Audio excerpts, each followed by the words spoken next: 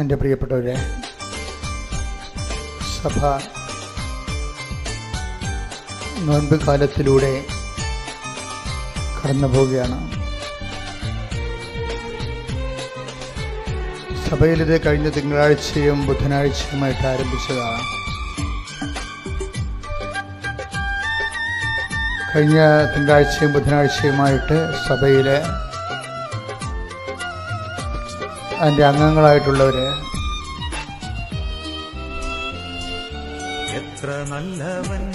കരിയുടെ പൊടിയുണ്ടാക്കി അത് വെളിച്ചെണ്ണയിൽ ചാലിച്ച് നെറ്റിയിലെ കുരിശിട്ടിട്ട് വൈദികൻ പറയും, മനുഷ്യ നീ മണ്ണാകുന്നു.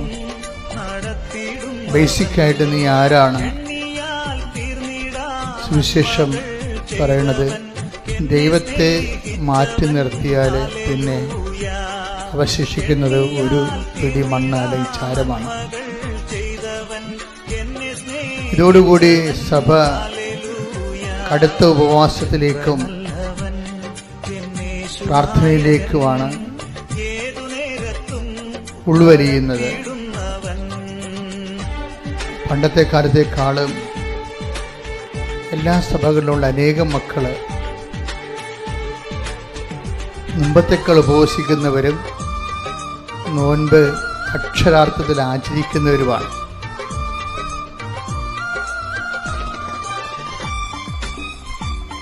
അങ്ങനെ ആചരിക്കുമ്പോൾ അതനുസരിച്ച് സുവിശേഷവിഹിതമായ ഒരു സാക്ഷ്യ ജീവിതം അവർ നയിക്കുകയും ചെയ്യുന്നുണ്ട്. അതുകൊണ്ടാണ് സഭയിൽ ചില കശപിശകളൊക്കെ ഉണ്ടെങ്കിലും ജനങ്ങളെ ഇതൊന്നും ബാധിക്കാതെ പോകുന്നതിൻ്റെ കാരണം. അതെല്ലാ കാലത്തും ഉള്ളതാണ്. പക്ഷെ ജനങ്ങളുടെ ആധ്യാത്മികതയെയും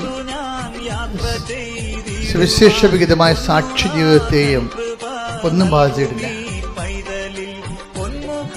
കാര്യത്തിൻ്റെ അപ്പുറത്താണ് ദൈവവും ദൈവാനുഭവവും എന്ന് മനസ്സിലാക്കുമ്പോൾ, അങ്ങനെ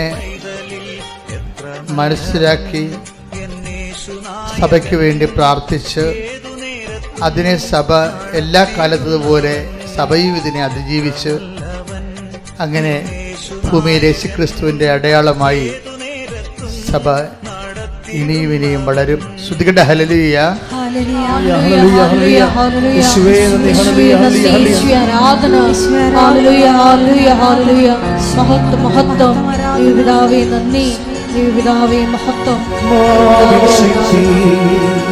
അത്യുന്നത ശക്തി പരിശുദ്ധാത്മ ശക്തി എന്നിൽ നിറയട്ടെ. ശക്തി അത്യുന്നത ശക്തി പരിശുദ്ധാത്മ ശക്തി എന്നിൽ നിറയട്ടെ. എന്നിൽ നിറയട്ടെ, സഭയിൽ നിറയട്ടെ, ലോകം മുഴുവൻ കത്തിപ്പടരട്ടെ. എന്നിൽ നിറയട്ടെ, സഭയിൽ നിറയട്ടെ, ലോകം മുഴുവൻ കത്തിപ്പടരട്ടെ. നോൻപിൻ്റെ തലേ ദിവസം നമ്മുടെ വിജയകുമാർ സാർ എന്നെ വിളിച്ചിട്ട് ചോദിച്ചു, വെച്ചാൽ എല്ലാവരും ഉപവാസത്തിലേക്ക് പോവുകയല്ലേ, ഞായറാഴ്ച ഒരു മുട്ട കഴിക്കുന്നതുകൊണ്ട് വല്ല കുഴപ്പമുണ്ടോ എന്ന് കുഞ്ഞുങ്ങൾ ചോദിക്കണമെന്ന് ചോദിച്ചു, സാറിൻ്റെ മക്കൾ. അപ്പം ഞാൻ പറഞ്ഞു, വ്യക്തിയും പാരമ്പര്യം അനുസരിച്ചുകൊണ്ട് 40 ദിവസമാണ് ഉപവാസം, നോൻപ് കാലം. ശരിക്കും വിഷുതി ബുധൻ മുതൽ ഈസ്റ്റർ വരെ 46 ദിവസങ്ങൾ വരുന്നുണ്ട്. അപ്പം 6 ദിവസം 6 ഞായറാഴ്ചകളാണ്. ഞായറാഴ്ചകളെ കർത്താവിൻ്റെ തിരുവുദ്ധാന ദിവസമാണ്. നോൻപിൽ നിന്ന് ഒഴിവാക്കിയിട്ടുണ്ട്, പക്ഷെ പ്രാർത്ഥനാ ജീവിതത്തെ ഒഴിവാക്കിയിട്ടില്ല. 6 ഞായറാഴ്ച കഴിയുമ്പോഴാണ് ബാക്കി 40 ദിവസമുള്ളത്. ഇത് ഭയങ്കര ഒരു വസന്തകാലമാണ്. ദൈവത്തെ അന്വേഷിക്കുന്നവർക്ക്, അവൻ്റെ പദ്ധതി പ്രകാരം വിളിക്കപ്പെട്ടവർക്ക് ഇത് ഏറ്റവും 2 അനുഗ്രഹം ഒരുമിച്ച് വരണതാണ്. ചില ആൾക്കാർ കഴിഞ്ഞ ദിവസങ്ങളിൽ ജോമോളിനോട് പറയുമായിരുന്നു, ഞാൻ ഡോക്ടറേറ്റിന് ഇവിടെ കേരളത്തിൽ രജിസ്റ്റർ ചെയ്തിട്ട് സ്പെയിനിൽ പോയി വേറെ ഒരു സബ്ജക്റ്റ് പഠിക്കുമ്പോൾ രണ്ടും ഒരേ സമയത്ത് പഠിച്ചു തീർക്കുകയാണെങ്കിൽ എനിക്ക് ഡബിൾ ഡോക്ടറേറ്റ് കിട്ടത്തില്ല എന്ന് ഞാൻ പറഞ്ഞ് നീ ശ്രമിക്കുക, ഞങ്ങൾ പ്രാർത്ഥിക്കാം. ഇതുപോലെ ഡബിൾ പദവി കിട്ടുന്നതാണ് ഈ നോൻപ് കാലം. നമ്മൾക്ക് ഉടമ്പടി എടുത്തവർക്ക് ഡബിൾ പദവിയാണ്.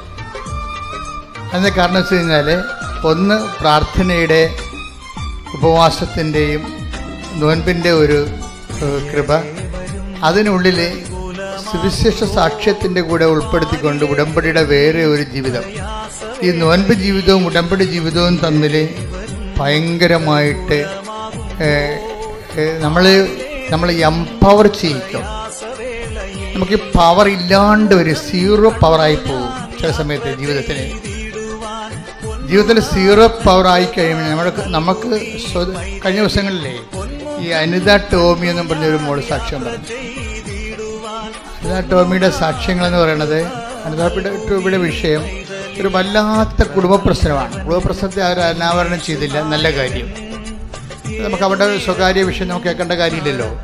പക്ഷെ അവർ ആ ഒരു സ്വകാര്യ പ്രശ്നം അവരുടെ മനസ്സിലുണ്ടാക്കിയ ആഘാതം ഭയങ്കര ആഴമുള്ളതാണ്. കാര്യം അവർക്ക് സംസാരിക്കാൻ പറ്റില്ല, വൈരാഗ്യം ഉണ്ടായി, വെറുപ്പുണ്ടായി, ഒറ്റപ്പെട്ട് കുടുംബത്തിലുള്ളവർ തന്നെയാണ്. അപ്പോൾ സഹിക്കാൻ പറ്റാത്തൊരവസ്ഥ വന്ന് അതിനുള്ളിൽ അവർ പ്രഗ്നൻറ്റുമായി. അതിൻ്റെ ഇമ്പാക്റ്റ് കാരണം ബ്ലീഡിങ്ങുമായി.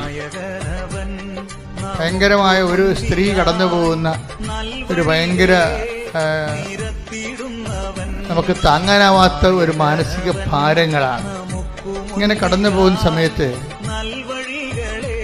അവളോട് ഡോക്ടർ പറഞ്ഞ്, നിങ്ങളുടെ ഈ സൈക്കോസോമ ഡിസീസ് പോലെ വരണതാണ്. മനസ്സിനുണ്ടാകുന്ന പിരിമുറുക്കവും ആഘാതവും ഭാരവും ആണ് ബോഡിയെ ബാധിച്ചിട്ട് അത് പിന്നെ ബ്ലീഡിങ് ആയിട്ട് വരുന്നു. അപ്പോൾ അതുകൊണ്ട് ഒരു സൈക്കോളജിസ്റ്റിനെ കാണുന്നതല്ലാണെന്ന്, ഒരു ക്ലിനിക്കൽ കൗൺസിലിംഗ് ആവശ്യമാണെന്ന് പറഞ്ഞു. കാര്യം ഉറക്കമില്ല, ആളിന് ഡിപ്രഷനായിപ്പോയി. ഉറക്കമില്ലാണ്ട് വന്ന് ഡിപ്രഷനായി കഴിഞ്ഞപ്പോൾ ഇതുപോലെ നമ്മൾ ആശുപത്രി ചെല്ലുമ്പോൾ അവർ നമുക്ക് ഒരു ഹെൽപ്പ് തരും. ക്ലിനിക്കൽ ആയിട്ടുള്ള സൈക്കോളജിസ്റ്റിൻ്റെ ഒരു കൗൺസിലിംഗ് ഇതൊക്കെ തരും. നമ്മളെ എംപവർ ചെയ്യാൻ അവരുടെ ഉദ്ദേശം. അവർ കാര്യങ്ങൾ പറഞ്ഞ് മനസ്സിലാക്കിയിട്ട് നമ്മൾ അതിനെ അതിജീവിക്കാൻ ശ്രമിക്കാൻ വേണ്ടിയുള്ള ഉത്തേജകമായ ഉപദേശങ്ങളും ചിലപ്പോൾ മരുന്നും തരും. അപ്പോൾ അങ്ങനെ ഒരു ട്രീറ്റ്മെൻറ്റിലേക്ക് ഇവർ പോവുകയാണ്. അതിനുശേഷം ഈ കൗൺസിലർ പറഞ്ഞു, നിങ്ങൾ കാണിക്കേണ്ടത് ശരിക്കും പറഞ്ഞാൽ ഒരു സൈക്കാട്രിനെ കാണിക്കേണ്ടത്, മനോരോഗ വിദഗ്ധനെ കാണിക്കണമെന്ന് പറഞ്ഞു. മാനസികമായ ഉപദേശകനേക്കാൾ ഉപരി ഒരു മനോരോഗ വിദഗ്ധൻ. അത്ര കണ്ട് ഇവള് ഡിപ്രസ്ഡായി പോയായിരുന്നു. മനുഷ്യൻ്റെ ഓരോ അവസ്ഥകളെ എനിക്കോ നിങ്ങൾക്കൊക്കെ ഇത് വരാം. പ്രത്യേകിച്ച് മലയാളത്തിൽ ഇത് ഒക്കെ വരാനുള്ള സാധ്യത കൂടുതലാണ്. തമിഴ്നാട്ടുകാരൻ അധികം വരിക, അത്രയും വരത്തില്ല. തെലുങ്കുകാരന് അവരൊക്കെ കെയർലെസ് ആയിട്ട് ആവശ്യമില്ലാത്ത ബേബി കെയർ ഒന്നും കൊടുക്കണില്ല എല്ലാവരെയും. നമ്മൾ ആവശ്യമില്ലാത്ത എന്തൊരു ബേബി കെയറാണ്. അത് കാരണം ഇങ്ങനെ സ്പൂൺ ബേബിയായിട്ട് ബിസ്ക്കറ്റ് ബേബിയായിട്ട് ജനിച്ചിട്ട് എന്തെങ്കിലും ഇഷ്യൂ വരുമ്പോൾ കിടന്ന് ആത്മഹത്യ ചെയ്യേണ്ട അവസ്ഥ വരുന്നില്ലേ. അത് ആവശ്യമില്ലാത്ത ഒത്തിരി കെയറുകൾ കിട്ടി വന്നു കഴിഞ്ഞാൽ നമ്മൾ ബിസ്ക്കറ്റ് ബേബി ആയിപ്പോവും. അപ്പം അങ്ങനെ വരുമ്പോൾ ചില പ്രശ്നങ്ങൾ നമുക്ക് തരണം ചെയ്യാൻ പറ്റാതെ വരും. ഇപ്പോൾ ഇവരുടെ വിഷയം കണ്ടില്ലേ, ഇവരുടെ വിഷയം വളരെ സീരിയസ് ആണ്. ഇവരോട് പറഞ്ഞത് ഒരു സൈക്കാട്രിസ്റ്റിനെ കാണാൻ പറഞ്ഞു. സൈക്കാട്രി അവർ കണ്ടു. അങ്ങനെ അദ്ദേഹം കുറച്ച് മരുന്നിനൊക്കെ കുറിച്ച് കൊടുത്തു. ഉറങ്ങാനുള്ള മരുന്നുകളും മറ്റു തരത്തിലുള്ള ഹോർമോൺ ഉത്തേജകമായിട്ടുള്ള മരുന്നുകളൊക്കെ കുറിച്ച് കൊടുക്കും. അപ്പോൾ കുറച്ച് ബലം കിട്ടും. പക്ഷേ ഇഷ്യൂ പോകത്തില്ലല്ലോ. നമ്മുടെ മനസ്സിനെ ആഘാതമാക്കിയ സബ്ജക്റ്റ് വൈസ് അവിടെ ഹീലിംഗ് ഉണ്ടാകാൻ വലിയ പാടാണ്. അതൊരു ടൈം കഴിയുമ്പോൾ മറന്നും പുറത്തും മാറി താമസിച്ചും ഒക്കെ ഇങ്ങനെ കുറച്ച് സബ്സൈഡ് ചെയ്ത് പോകുന്നല്ലാതെ ആ ഇഷ്യൂ അങ്ങനെ തന്നെ അവിടെ നിലനിൽക്കാനുള്ള സാധ്യത, രോഗകാരണങ്ങൾ നിലനിൽക്കാൻ സാധ്യതയുണ്ട്. ഇവളാണെങ്കിൽ ശരിക്കും ഒരുങ്ങി ഡിപ്രസ്ഡ് ആയിട്ട് ഈ ഒരു ഞാൻ മുമ്പ് പറഞ്ഞ പോലെ ഒരു സീറോയിലേക്ക് വരികയാണ്. സീറോയിലേക്ക് വന്ന് പറഞ്ഞ കാര്യം വെച്ചാൽ മാനസികാവസ്ഥ വളരെ മോശമായി. ഇപ്പം നമ്മൾ കീഴടങ്ങി കൊടുക്കത്തില്ലേ, കീഴടങ്ങി കൊടുക്കും. ചിലർ രോഗത്തിന് കീഴടങ്ങി കൊടുക്കും. പട്ടാളക്കാർ തോക്കുമെന്ന് കണ്ടു കഴിഞ്ഞാൽ ഒന്നെങ്കിൽ വെള്ളക്കൊടി വീശും, അല്ലെങ്കിൽ കൈ ഉയർത്തി കാണിക്കും. അപ്പോൾ ശത്രുക്കൾ വന്ന് നമ്മൾ അറസ്റ്റ് ചെയ്തുകൊണ്ട് പോയിട്ട് വല്ല തുറങ്കിലും അടക്കും. ചിലപ്പോൾ അവിടെ കിടന്ന് ചത്തുപോയതും വരും. ചിലപ്പോൾ യുദ്ധം കഴിയുമ്പോൾ ചിലപ്പോൾ ആൾക്കാരെ ഏൽപ്പിക്കുന്ന സമയത്ത് ജീവനുള്ളവർ തിരിച്ചേൽപ്പിച്ചതും വരും. എന്നാലും ഒരു തോറ്റു കൊടുക്കുന്ന ഒരവസ്ഥ വന്നു, നമ്മൾ തന്നെ തോറ്റു കൊടുക്കുന്ന അവസ്ഥ. ഇനി ഇതിൽ നിന്ന് രക്ഷപ്പെടേണ്ട എന്ന് വിചാരിക്കും. അതിൻ്റെ ഇടയ്ക്ക് ഒരു പ്രശ്നം ഉണ്ടായത്, ഇവള് ഇതിൻ്റെ മാസം തികയാതെ പ്രസവിക്കും, 7-ാം മാസം പ്രസവിക്കും. അതൊന്നും അനുജ ടോബിനെ അധികം ചെയ്യണില്ല. കാര്യം മനസ്സ് വളരെയേറെ ഡിപ്രസ്ഡ് ആയിരിക്കും. അതുകൊണ്ട് നമുക്ക് ചുറ്റും നടക്കുന്ന സംഭവങ്ങളെക്കുറിച്ച് ഒത്തിരിയേറെ ആശങ്കകളോ സന്തോഷമോ അങ്ങനെയൊന്നും ഇല്ല. അതാണ് ഡിപ്രഷൻ എന്ന് പറയുന്നത്. അപ്പം ഇതിങ്ങനെ ഒരു മാനസികാവസ്ഥ. അപ്പോൾ അതിൻ്റെ ഇടയ്ക്ക് ഒരു ഡോക്ടറുടെ അടുത്ത് ചെന്നപ്പോൾ അവർക്ക് അവരുടെ തൊണ്ടയുടെ തൊണ്ട വാ പൊളിച്ചപ്പോൾ 2 കുരുക്കൾ. അപ്പോൾ അതിനെ പക്ഷേ ലീസ്റ്റ് കോൺഷ്യസ് ആണ് ഇവള്. ആ സംഭവം നേരത്തെ ഉള്ളതാണ്, 2-3 ആഴ്ചയായിട്ട് ഈ കുരുക്കൾ തൊണ്ടയിലുള്ളതാണ്. പക്ഷെ ഇവർ ലീസ്റ്റ് കോൺഷ്യസ് ആണ്. അതിൽ അവരെ അഡ്രസ്സ് ചെയ്യണില്ല, ആ വിഷയം അഡ്രസ്സ് ചെയ്യണില്ല. പക്ഷെ എങ്കിലും ആശുപത്രി ചെന്നപ്പോഴേ ഇപ്പം കുറച്ച് സമയം കിട്ടിയപ്പോൾ അവർ വന്നത് ഇവിടെ ഈ എൻഡോക്രൈമിലെ ഏറ്റവും തിരക്ക് കുറഞ്ഞ ഡോക്ടർ ആരാണെന്ന് ചോദിച്ചു. തൊണ്ടയുടെ ചികിത്സയിലെ തിരക്കില്ലാത്ത ഡോക്ടർ ഏതാണ്? സൂപ്പർ സ്പെഷ്യാലിറ്റി ആശുപത്രി ചെന്നിരിക്കണത്. അപ്പം തിരക്കില്ലാത്ത ഡോക്ടറുടെ അടുത്ത് ചെന്നിട്ട് ഇതൊന്ന് കാണിക്കാം. അപ്പം അങ്ങനെ ഒരു തിരക്കില്ലാത്ത ഡോക്ടറിനെ കണ്ടുപിടിച്ചത് കാണിച്ചപ്പോൾ ഡോക്ടർ പറഞ്ഞു, ഇതെന്ത് പരിപാടി, എത്ര ദിവസമായി ഇങ്ങനെ ഞങ്ങൾക്ക് പുള്ളി ചോദിക്കണ്ടേ. അപ്പോൾ അത് ഉടനെ ഡോക്ടർ പറഞ്ഞു, ഇത് FNACക്ക് വിടണമെന്ന് പറഞ്ഞു. FNAC എന്ന് പറഞ്ഞാൽ സാമ്പിൾ ടെസ്റ്റാണ്, ബയോപ്സി എന്നൊക്കെ പറയുന്നത്. അതിൻ്റെ ഒരു കഷ്ണം എടുത്തിട്ട് കുറച്ച് തന്മാത്രകൾ എടുത്തിട്ട് ഒരു ടെസ്റ്റിന് വിടും. ടെസ്റ്റിന് വിട്ടിട്ട് ആ ടെസ്റ്റ് തിരിച്ചു വരുമ്പോൾ നേരത്തെ മാനസികമായി തകർന്നിരിക്കുന്ന ആൾ പിന്നെ അകാലമായിട്ട് പ്രസവിച്ച ആൾ പിന്നെ ഇപ്പം ഈ അസുഖം കൂടി വന്നപ്പോൾ അതിൻ്റെ അകത്ത് ക്യാൻസർ പോസിറ്റീവാണ്. ക്യാൻസർ പോസിറ്റീവ് ആകുമ്പോൾ എന്നിട്ട് ഇവർ പറയുന്ന ഒരു വാക്കുണ്ട്, എനിക്കൊന്നും തോന്നിയില്ലെന്ന്. എന്താ കാര്യത്തിൽ എനിക്ക് പ്രാർത്ഥിക്കാനും തോന്നിയില്ല.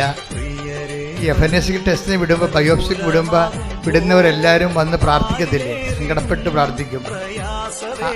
ഒടുങ്ങണേ അങ്ങോട്ട് ഒടുങ്ങട്ടെ. കണ്ട, ഇതാണ് സാർ, ഇതാണ് ഡിപ്രഷൻ എന്ന് പറയുന്നത്. ഒടുങ്ങണേ അങ്ങോട്ട് ഒടുങ്ങട്ടെ എന്ന് വിചാരിക്കുന്നത് എനിക്കൊന്നും തോന്നണില്ല. അപ്പോൾ ഇതാണ് ഡിപ്രഷൻ്റെ ഏറ്റവും കാര്യം. സ്വന്തം ലൈഫ് തന്നെ സിങ്കിങ് ആയിട്ട് അതിനിങ്ങനെ മുങ്ങിക്കൊണ്ടിരിക്കുമ്പോൾ അതിനെതിരെ ഒരു കൈയെടുത്ത് തുഴയാൻ വേണ്ടി പോലും സ്വന്തമായിട്ട് ഇച്ഛാശക്തി തോന്നാത്ത ഒരാൾ അത്രയും ഡിപ്രഷനാണെന്ന് അർത്ഥം. മനസ്സ് വൈരാഗ്യവും വിദ്വേഷവും വേറെ, സങ്കടങ്ങളും കുടുംബ പ്രശ്നങ്ങളും ഇതുമൂലം ശരീരത്തിനുണ്ടായിരിക്കുന്ന രോഗങ്ങളും അതിൻ്റെ പീഡകളും വേറെ.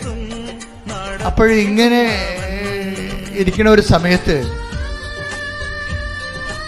ഇവൾക്ക് തോന്നുന്നുണ്ട്, തനിക്കെന്ത് ഈ ഒരു അവസ്ഥയിൽ ആരെങ്കിലും തന്നെ ഒന്ന് നല്ലവണ്ണം ഉപദേശിക്കണത് നല്ലതാണെന്ന് അങ്ങനെ തോന്നുന്നുണ്ട്. അങ്ങനെ തോന്നൽ ഇവക്കുണ്ടായി.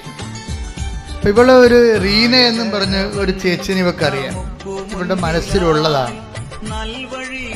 കാരണം റീനയുടെ പ്രാർത്ഥനയും ജീവിത രീതിയും ഒക്കെ ഇവളെ മനസ്സിൽ. ഇപ്പം ഒരു ആരെങ്കിലും തങ്ങളെ ഉപദേശിക്കണം എന്ന് പറയുമ്പോൾ ഞാൻ വന്ന് പെട്ടുപോയ അവസ്ഥയിൽ എന്നെ ഒന്ന് കൈപിടിച്ച് കയറ്റാൻ പറ്റിയ ആരെങ്കിലും ഉണ്ടായിരുന്നെങ്കിൽ നല്ലതാണെന്ന് പറയുമ്പോൾ ഇവളുടെ മനസ്സിൽ വരുന്ന പേര് റീന എന്നുള്ള ഒരു സാധാരണ ഒരു വീട്ടമ്മ. ഈ റീന എടുത്ത് ചെന്ന് പറയും, ഇവിടെ താൻ എന്നെ ഒന്ന് ഉപദേശിക്കുക. കണ്ട ഉപദേശത്തിൻ്റെ വിഷയം കണ്ട, ഒരേ വിഷയം പോണ ആ രീതി നിങ്ങൾ ശ്രദ്ധിക്കണം. അപ്പം റീനയോട് പറയും ഇങ്ങനെയാണ്, ഡോക്ടർ എന്നോട് പറഞ്ഞു എനിക്ക് ഇങ്ങനെ ക്യാൻസറാണ്, അതുപോലെ തന്നെ എനിക്ക് ഡിപ്രഷനാണ്. അപ്പോൾ അങ്ങനെ വരുമ്പോൾ അപ്പോൾ ഉടനെ റീന ഇത് കേട്ട് പറഞ്ഞു, നിനക്കൊരു ഡിപ്രഷനും ഇല്ലെന്ന് പറഞ്ഞു. ഒറ്റ വാക്ക്, നിനക്കൊരു ഡിപ്രഷനും ഇല്ല, നീ ഇന്ന് തന്നെ കൃപാസനത്തിലല്ലേ, അമ്മ ബാക്കി തീരുമാനിക്കട്ടെന്ന് പറയും. ഒരു മനുഷ്യൻ്റെ ഒരു വിഷയം സോൾവ് ചെയ്യുന്ന രീതി കണ്ട. റീനയെ സംബന്ധിച്ചിടത്തോളം full and full convinced about കൃപാസനത്തെക്കുറിച്ചും അതിൻ്റെ ആധ്യാത്മികതയെക്കുറിച്ചും അവിടെ ചെന്നാൽ ആ കാലൊന്ന് കുത്തിയാൽ അമ്മ ഈ വിഷയത്തിൽ ഇടപെടുമെന്നുള്ളതിനെക്കുറിച്ച് റീനയ്ക്ക് നല്ല ബോധ്യമാണ്. തകർന്നടിഞ്ഞ് വന്നിരിക്കുന്ന ഒരു വ്യക്തിയെ ഒറ്റ വാക്ക് പറഞ്ഞു, നിനക്കൊരു ഡിപ്രഷനും ഇല്ല, ഒരു ചികിത്സയുമില്ല, ആ മരുന്നെല്ലാം കളാ, നീ കൃപാസനത്തിലല്ലേ, അമ്മ ഈ വിഷയത്തെ തീരുമാനിക്കുമെന്ന് പറയും. അതാണ് ബോധ്യം, മോട്ടിവേഷൻ എന്ന് പറഞ്ഞാൽ അതാണ്. ഇവര് അന്ന് വന്നില്ല, പിറ്റേ ദിവസം കൃപാസനത്തിൽ വരും. കൃപാസനത്തിൽ വന്ന് ഒരു ഉടമ്പടി എടുക്കും. ഇവർ പറയണതേ, ഉടമ്പടിയുടെ ക്ലാസ് ഞാൻ കൂടിക്കൊണ്ടിരിക്കുമ്പോൾ തന്നെ അത്രയും ദിവസം, നിങ്ങൾക്കറിയില്ല ഉടമ്പടി ക്ലാസ് എന്ന് പറഞ്ഞാൽ എന്താ. ഇപ്പം എൻ്റെ ക്ലാസ് ആയാലും ജോബോളുടെ ക്ലാസ് ആയാലും ക്ലാസ് എന്ന് പറയുന്നത് റെക്കോർഡഡ് ആണ്. റെക്കോർഡ് ചെയ്തിട്ട് നമ്മളവിടെ കേൾപ്പിക്കണതാണ്. എപ്പോഴും ഞങ്ങൾക്ക് അവിടെ പോയി ക്ലാസ് എടുക്കാൻ പറ്റത്തില്ല. അപ്പോഴേ ഉടമ്പടി ക്ലാസ് കേട്ടപ്പോൾ തന്നെ എൻ്റെ വൈരാഗ്യം പോയി, എൻ്റെ വിദ്വേഷം പോയി, ഞാൻ ആകപ്പാടെ വിശുദ്ധീകരിച്ചത് പോലെയാണ്. Price the Lord. അപ്പോഴേ ഇത് അനേകം മക്കൾക്ക് സംഭവിക്കുന്നതാണ്. കാര്യം ഉടമ്പടിയുടെ ക്ലാസ്സിലാണ് കാര്യങ്ങൾ ഇരിക്കുന്നത്. അവിടെ പോയിരുന്നുണ്ട് കടമാമ്പോത്തിനെ പോലെ ഉറങ്ങുന്ന കക്ഷികളുണ്ട്. അതുങ്ങൾ ജീവിതകാലം മുഴുവൻ ഉറങ്ങുകയേ ഉള്ളൂ. പിന്നെ എനിക്ക് സന്തോഷമാണ്, 10 പത്രം ആൾക്കാരൊക്കെ കൊടുക്കുമല്ല. ഉറങ്ങണവരാണെങ്കിലും പുറത്തിറങ്ങുമ്പോൾ പത്രം കൊടുക്കേണ്ടി വരുമില്ല. കാര്യം പത്രത്തിലല്ലേ പരിശുദ്ധ അമ്മ എല്ലാ സംവിധാനം ചെയ്ത് വെച്ചിരിക്കണത്. ജനങ്ങളെ അറിയിക്കേണ്ടവരെ അറിയിക്കുന്നതും അറിയാത്തവരെ അറിയിക്കുന്നതും ആഴപ്പെടുത്തുന്നതും നിങ്ങളെ പ്രേക്ഷിതരാക്കുന്നതും എല്ലാം ഈ പത്രമെന്ന് പറയുന്ന ദൈവത്തിൻ്റെ സാക്ഷ്യങ്ങളാണ് പകുതി മുക്കാൽ അതിൻ്റെ അതുള്ളത്. പിന്നെ എൻ്റെ ഇതുപോലുള്ള സംസാരങ്ങളും വേറെ ഒന്നും അതിൻ്റെ അകത്ത് ഉണ്ടാകത്തില്ല. കൃപാസനത്തിന് മിഷൻസ് മാത്രമേ ഉണ്ടാകത്തുള്ളൂ. അപ്പം ആ മിഷൻ എപ്പോഴായാലും ഇങ്ങനെ ജനങ്ങളുടെ ഇടയിലേക്ക് ചെല്ലുമ്പോൾ അനേകം ആൾക്കാരെയാണത് ജീവിതത്തിലേക്കും പൊതുജീവിതത്തിലേക്കും ഒക്കെ കൊണ്ടുവരണത്. അപ്പം ഇതിനെ ഇത് ക്ലാസ് കേട്ടപ്പോൾ തന്നെ വൈപ്പായി. നിങ്ങൾക്കറിയാമല്ലോ, ഇത് ക്ലാസ് കേൾക്കുമ്പോൾ തന്നെ നമ്മൾ ഭാരങ്ങളെല്ലാം മാറുകയും വിദ്വേഷം മാറുകയും ഒക്കെ ചെയ്യണമെങ്കിൽ ദൈവത്തിൻ്റെ ഒരു കയ്യൊപ്പുണ്ടാകണം അതിൻ്റെ അകത്ത്. അതാണ് എൻ്റെ അകത്ത് വിഷയം ഇരിക്കണത്. കാര്യം തനിക്കെന്തോ സംഭവിച്ചിട്ടുണ്ട്, താനീ ചെയ്യണതൊന്നും ശരിയല്ല, ദൈവത്തിന് നിരക്കുന്നതല്ലെന്ന് സ്വയമായി ബോധ്യമൊക്കെ ഉണ്ട്. പക്ഷെ അവളോട് കാണിച്ചിരിക്കുന്നത് അനുസരിച്ചിട്ട് വൈരാഗ്യം ഒട്ടും മാറണമില്ല. അങ്ങനെ ഒരു പെട്ടിരിക്കുന്ന ആളെ അവൾ കാണിക്കുന്ന വൈരാഗ്യമോ വിദ്വേഷമോ ഒന്നും ശരിയല്ലെന്നും അതൊക്കെ മാറേണ്ടതാണെന്നും അവൾക്കറിയാം.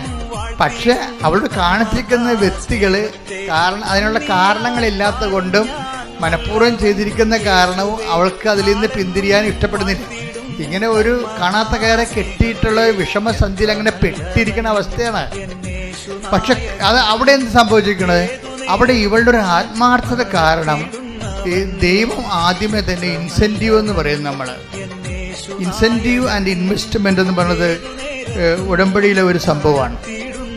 ഇൻസെൻറ്റീവ് എന്ന് പറയുന്നത് നമ്മൾ ഇൻസെൻറ്റീവ് ഒരു അച്ചാരം പോലെ ഒരു അഡ്വാൻസ് നമ്മളുടെ നിന്നൊരു വ്യക്തിപരമായ താല്പര്യം എടുത്തു കഴിഞ്ഞാൽ, ഒരു 10% താല്പര്യം നമ്മൾ എടുത്തു കഴിഞ്ഞാൽ, നമ്മൾ ക്രിസ്തുവിനുള്ളവരാണെന്നുണ്ടെങ്കിൽ എന്ന് വെച്ച് കഴിഞ്ഞാൽ ക്രിസ്തുവിൻ്റെ ആകർഷണ മേഖലയിൽ നിന്ന് പൂർണ്ണമായി വഴുതി പോയിട്ടില്ല. ഇപ്പോഴും ഒരു നോട്ട് പിടുത്തമുണ്ടെന്നുണ്ടെങ്കിൽ ദൈവം ഇതിൻ്റെ അകത്ത് ഇൻവെസ്റ്റ്മെൻ്റ് നടത്തും.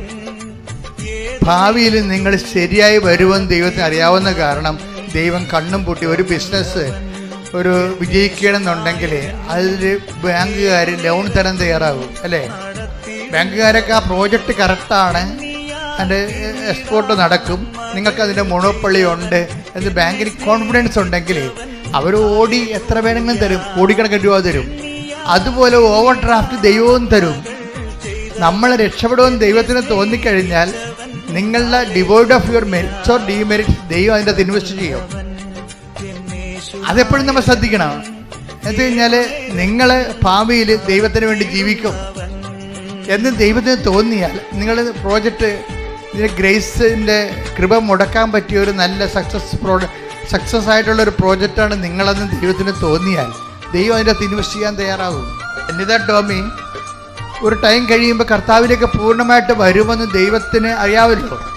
അത് എപ്പോഴും എൻ്റെ മക്കളെ ഉടമ്പടിയുടെ വിജയമെന്ന് പറയണത് നിങ്ങളുടെ ഓരോരോ കാലത്തെ വീട്, വിവാഹം, ജോലി, പഠനം, അതുപോലെ പരീക്ഷ, ആ ഒരു വിഷയം വെച്ചുകൊണ്ട് നിങ്ങൾ ഉടമ്പടിയെ സമീപിച്ചു. അത് കഴിയുമ്പോൾ നിങ്ങൾക്ക് ദൈവവുമില്ല ആരും ഇല്ലാത്ത പോലെ ജീവിക്കുന്ന ഒരു രീതിയാണല്ലോ ചില ആൾക്കാരുടെ ഉള്ളത്. അതാണ് ഇതിനകത്ത് വരുന്ന ഒരു പ്രശ്നം. നിങ്ങൾ ആദ്യമേ ദൈവത്തെ ധരിപ്പിക്കേണ്ടതെന്ന് വെച്ച് കഴിഞ്ഞാൽ ഉടമ്പടി എന്ന് പറഞ്ഞാൽ പറഞ്ഞാൽ ഞാൻ എപ്പോഴും പറയും covenant is N intelligent affair എന്ന് പറയും. എന്താ വെച്ചാൽ ബുദ്ധിപരമായൊരു നടപടിയാണ്. നിങ്ങൾ ദൈവത്തെ ധരിപ്പിക്കേണ്ടതെന്ന് വെച്ച് കഴിഞ്ഞാൽ എനിക്കിതൊരു മിനിമം പരിപാടിയല്ല. ഉടമ്പടി എന്നെ സംബന്ധിച്ചിടത്തോളം IELTS പാസ്സാകാനുള്ള ഒരു മിനിമം പരിപാടിയല്ല, വസ്തു വിൽക്കാൻ വേണ്ടിയുള്ള ഒരു മിനിമം പരിപാടിയല്ല, കല്യാണം ഒത്തുവരാൻ വേണ്ടിയുള്ള ചെറിയൊരു നടപടിക്രമമല്ല. എനിക്ക് ദൈവത്തിന് വേണ്ടി ജീവിക്കാൻ വേണ്ടിയുള്ള ബൃഹത്തായ ഒരു പരിപാടിയാണിതെന്ന് നിങ്ങൾ ദൈവത്തെ ധരിപ്പിക്കണം. പിടികിട്ടിയ ഇത് ഭയങ്കര ബുദ്ധിപരമായിട്ട് ഇടപെടേണ്ട കാര്യം, ആദ്യമേ ചെയ്യേണ്ട കാര്യമാണ്. പലർക്കും ഇതിനെക്കുറിച്ച് അറിയത്തില്ല. ആദ്യമേ തന്നെ ദൈവത്തെ ധരിപ്പിക്കേണ്ട, കർത്താവേ എൻ്റെ ഈ പരീക്ഷ കൊണ്ട് തീരണമല്ല നമ്മമ്മലുള്ള ജീവിതം, എൻ്റെ ഈ കാനഡയിൽ പോക്കുകൊണ്ട് തീരണതല്ല നമ്മമ്മലുള്ള ജീവിതം. ഞാൻ എവിടെ പോയാൽ ചില ആൾക്കാർ പറയത്തില്ലേ മരണം വരെ ഞാൻ ഉടമ്പടി ജീവിതം ജീവിക്കുമെന്ന്. ഇന്നിപ്പോൾ ആൾക്കാർക്ക് മനസ്സിലായി ഉടമ്പടി ഒരു പ്രാർത്ഥനയല്ല, അതൊരു ജീവിത രീതിയാണെന്ന് മനസ്സിലായി. ജീവിത രീതി എന്നാ പറയണത്. ഉടമ്പടി ഒരു ജീവിത രീതി, സുവിശേഷവിഹിതമായ സാക്ഷി ജീവിതമാണ്. ദൈവത്തിൻ്റെ സ്നേഹത്തിൽ ജീവിക്കാൻ വേണ്ടി. അങ്ങനെ ദൈവത്തിന് ആദ്യമേ നമ്മളെക്കുറിച്ച് സെൽഫ് ഇൻട്രൊഡക്ഷൻ ഇല്ലേ, നമ്മളെക്കുറിച്ച് സെൽഫ് ഇൻട്രൊഡക്ഷൻ. ഇപ്പം എവിടെയെങ്കിലുമൊക്കെ നമ്മളെ പരിചയമില്ലാത്ത സ്ഥലത്തിൽ പറയും നമ്മൾ ഇന്നാളാണെന്ന് പറയത്തില്ലേ. ഞാൻ ഫാദർ ജോസഫ് വലിയ വീട്ടിലെ ആലപ്പുഴ രൂപതയുടെ ഒരു വൈദികനാണെന്ന് ഞാൻ ആദ്യം പറയും. കൃപാസനൊക്കെ പിന്നെ പറയത്തുള്ളൂ. കാര്യം ഞാൻ എന്നെ രൂപതയിൽ എനിക്ക് പട്ടം തന്നിരിക്കണത്. അപ്പം ഞാൻ ആദ്യം അത് പറയും, ആലപ്പുഴ രൂപതയുടെ ഒരു വൈദികനാണെന്ന് പറയും. ബാക്കിയെല്ലാം ഫംഗ്ഷൻ മിഷനൊക്കെ കർത്താവ് തന്നതാണ്, പിന്നീട് കർത്താവ് കൂട്ടിച്ചേർത്തതാണ്. അപ്പോൾ അതാണ് സെൽഫ് ഇൻട്രൊഡക്ഷൻ എന്ന് പറയണത്. ഈ സെൽഫ് ഇൻട്രൊഡക്ഷൻ, നിങ്ങളുടെ സെൽഫ് ഇൻട്രൊഡക്ഷൻ കറക്റ്റായിരിക്കണം. ഞാൻ ഇന്ന ആളാണ്, ഇന്ന ആളിൻ്റെ വൈഫാണ് അനിത ടോമി, എൻ്റെ വിഷയം ഇതാ, ഞാൻ ഇത് കഴിഞ്ഞാലും അങ്ങയ്ക്ക് വേണ്ടി ജീവിക്കും എന്ന് സെൽഫ് ഇൻട്രൊഡ്യൂസ് ചെയ്ത് കഴിഞ്ഞാൽ വിഷയം കുറച്ച് തീരും. കാര്യം എന്താ വെച്ചാൽ നീ ജീവിക്കുമെന്ന് പറഞ്ഞാൽ മതി. കാര്യം ദൈവത്തിന് അറിയാം നീ ജീവിക്കുകയില്ല എന്നുള്ളത്. അത് ദൈവത്തിന് അറിയാമല്ലോ. ദൈവത്തിൻ്റെ തുടായ്പൊന്നും നടക്കത്തില്ല. നീ ജീവിക്കുമോ ഇല്ല എന്നുള്ളത് ദൈവത്തിനറിയാം. അതുകൊണ്ട് തന്നെ നീ സത്യസന്ധമായിട്ട് പറയണമെന്നുണ്ടെങ്കിൽ ഞാൻ കർത്താവിന് വേണ്ടി എൻ്റെ ഈ പ്രശ്നങ്ങളും പരീക്ഷാ സമയം കഴിഞ്ഞാൽ ഈ സമയത്ത് ഞാനൊന്ന് ഹെൽപ്പ് ചെയ്യണം. ഞാനിപ്പോൾ ഇത്രയും എക്വിപ്ഡ് അല്ല, ഈ വിഷയം അതിജീവിക്കാൻ ഞാൻ അത്രയും കരുത്തില്ല. ഇപ്പം നീ എന്നെ സഹായിക്കണം, പക്ഷെ ഞാൻ മരണം വരെ ഞാൻ നിന്റെ കൂടെ നിൽക്കും. നിങ്ങളൊന്ന് പറഞ്ഞേ ഇപ്പോൾ നീ എന്നെ സഹായിക്കണം. ഈശോയെ മരണം വരെ നിന്നോടുള്ള ഉടമ്പടിയിൽ ഞാൻ സുവിശേഷ സാക്ഷിയായി ജീവിച്ചു കൊള്ളാം. ശ്രദ്ധിക്കട്ടെ. ഹല്ലേലൂയ ഹല്ലേലൂയ ഹല്ലേലൂയ യേശുവേ നന്ദി ഹല്ലേലൂയ ഹല്ലേലൂയ മഹത്വം മഹത്വം ആരാധന ഹല്ലേലൂയ ആരാധന ഹല്ലേലൂയ നിന്റെ സ്നേഹത്തിൻ നിഴലാണേ എന്റെ കുരിശോളം വലുതാണേ നിന്റെ സ്നേഹത്തിൻ നിഴലാണേ പരിശുദ്ധ പരമ ദിവ്യകാരുണ്യത്തിന് നേരവും ആരാധനയും സ്തുതിയും പുകഴ്ചയും ഉണ്ടായിരിക്കട്ടെ. പരിശുദ്ധ പരമ ദിവ്യകാരുണ്യത്തിന് നേരവും ആരാധനയും സ്തുതിയും പുകഴ്ചയും ഉണ്ടായിരിക്കട്ടെ. ഇത് നമ്മൾ പറയും അല്ലെങ്കിൽ ദൈവം നമ്മളിൽ നിന്ന് വായിച്ചെടുക്കും. പക്ഷെ എന്ത് അനിതയെ സംബന്ധിച്ചിടത്തോളം ദൈവം അത് നല്ലതുപോലെ വായിച്ചെടുത്തിട്ടുണ്ട്. കാര്യം അനിതയുടെ സാക്ഷ്യങ്ങൾ നിങ്ങൾ കേൾക്കുമ്പോൾ നിങ്ങൾക്ക് മനസ്സിലാകും. അനിത ഭയങ്കര നല്ല രസകരമായ ഭാഷയിൽ നമ്മളെപ്പോഴും ഉപയോഗിക്കേണ്ട ഇതാണ്. ഈ സാക്ഷ്യം പറയുമ്പോൾ, സാക്ഷ്യം എന്ന് പറയുമ്പോൾ, കൃപാസനത്തിൽ സാക്ഷ്യം പറയുമ്പോൾ ശ്രദ്ധിക്കേണ്ട കാര്യങ്ങളുണ്ട്. കാര്യം ദൈവം നിങ്ങളെ ഒരു സുവിശേഷമായിട്ട് ഉയർത്തുകയും ദൈവം നിങ്ങളെ സുവിശേഷമാകാൻ വേണ്ടി അഭിഷേകം ചെയ്യുന്നു. ദൈവം നിങ്ങളെ സുവിശേഷമേകാൻ വേണ്ടി അഭിഷേകം ചെയ്യുന്നു. രണ്ട് കാര്യം നടക്കുന്ന സാക്ഷ്യത്തിലാണ്. സാക്ഷ്യത്തിൽ എന്താ സംഭവിക്കുന്നത്? ഒരാൾ സുവിശേഷമാകുകയാണ്. അയാളുടെ ജീവിതം തന്നെയാണ് സുവിശേഷം. മറ്റെന്താണ്? അയാളുടെ അനുഭവത്തെ മറ്റവരിലേക്ക് പകർന്നു കൊടുക്കുകയാണ്. അപ്പം ഞങ്ങൾ പ്രാധാന്യം കൊടുക്കുന്ന രണ്ട് കാര്യമുണ്ട്. ഒന്ന് ഇവര് അധികം പ്രായമുള്ളവരായിരിക്കരുത്. കാര്യം എന്താ പറഞ്ഞാൽ യൂത്തിനാണ് ഇപ്പം പ്രശ്നമുള്ളത്. കൃപാസനം എല്ലാ പ്രായമുള്ളവരും എല്ലാവരും കുറഞ്ഞവരും എല്ലാവരുടെയും സ്ഥലമാണ്. പക്ഷേ നമ്മളെ സുവിശേഷ വേലയെ സംബന്ധിച്ചിടത്തോളം ഞങ്ങൾ ടാർഗറ്റ് ചെയ്യുന്ന യൂത്തിനെയാണ്. എന്ന് വെച്ചാൽ ഇന്നത്തെ ഒരു കാലത്ത് ദൈവത്തിൽ നിന്ന് അകന്നു പോയിക്കൊണ്ടിരിക്കുന്നത് ആരാണ്? ചെറുപ്പക്കാരാണ്. അപ്പൊ അകന്നു പോയിക്കൊണ്ടിരിക്കുന്ന ചെറുപ്പക്കാരാണ് അഡ്രസ്സ് ചെയ്യണത്. അതുകൊണ്ട് തന്നെ ഞങ്ങൾ ചെറുപ്പക്കാർ എന്തെങ്കിലും പറയുമ്പോൾ അവിടെ സാക്ഷി അല്പം ക്വാളിറ്റി കുറവാണെങ്കിൽ പോലും ഞങ്ങളെ പ്രൊമോട്ട് ചെയ്യും. എന്താ കാര്യം? അവരുടെ സുവിശേഷ സാക്ഷ്യം കേട്ടിട്ട് മറ്റുള്ളവർ ക്രിസ്തുവിനെ അറിഞ്ഞിട്ട് യുവത്വം ക്രിസ്തുവിൽ ബലം പ്രാപിക്കണം. അപ്പം അതുകൊണ്ട് തന്നെ എപ്പോഴും നമ്മൾ സാക്ഷ്യം പറയുമ്പോഴേ യൂത്ത് അതിൻ്റെ അകത്തുണ്ടെങ്കിൽ നിങ്ങൾ അമ്മമാരെ അവരെ കൂട്ടിക്കൊണ്ടുവരണം. നിങ്ങൾ സാക്ഷ്യം പറയാൻ നേരത്ത് മകനോ ഉണ്ടെങ്കിൽ അവരെ കൂട്ടിക്കൊണ്ടുവരണം.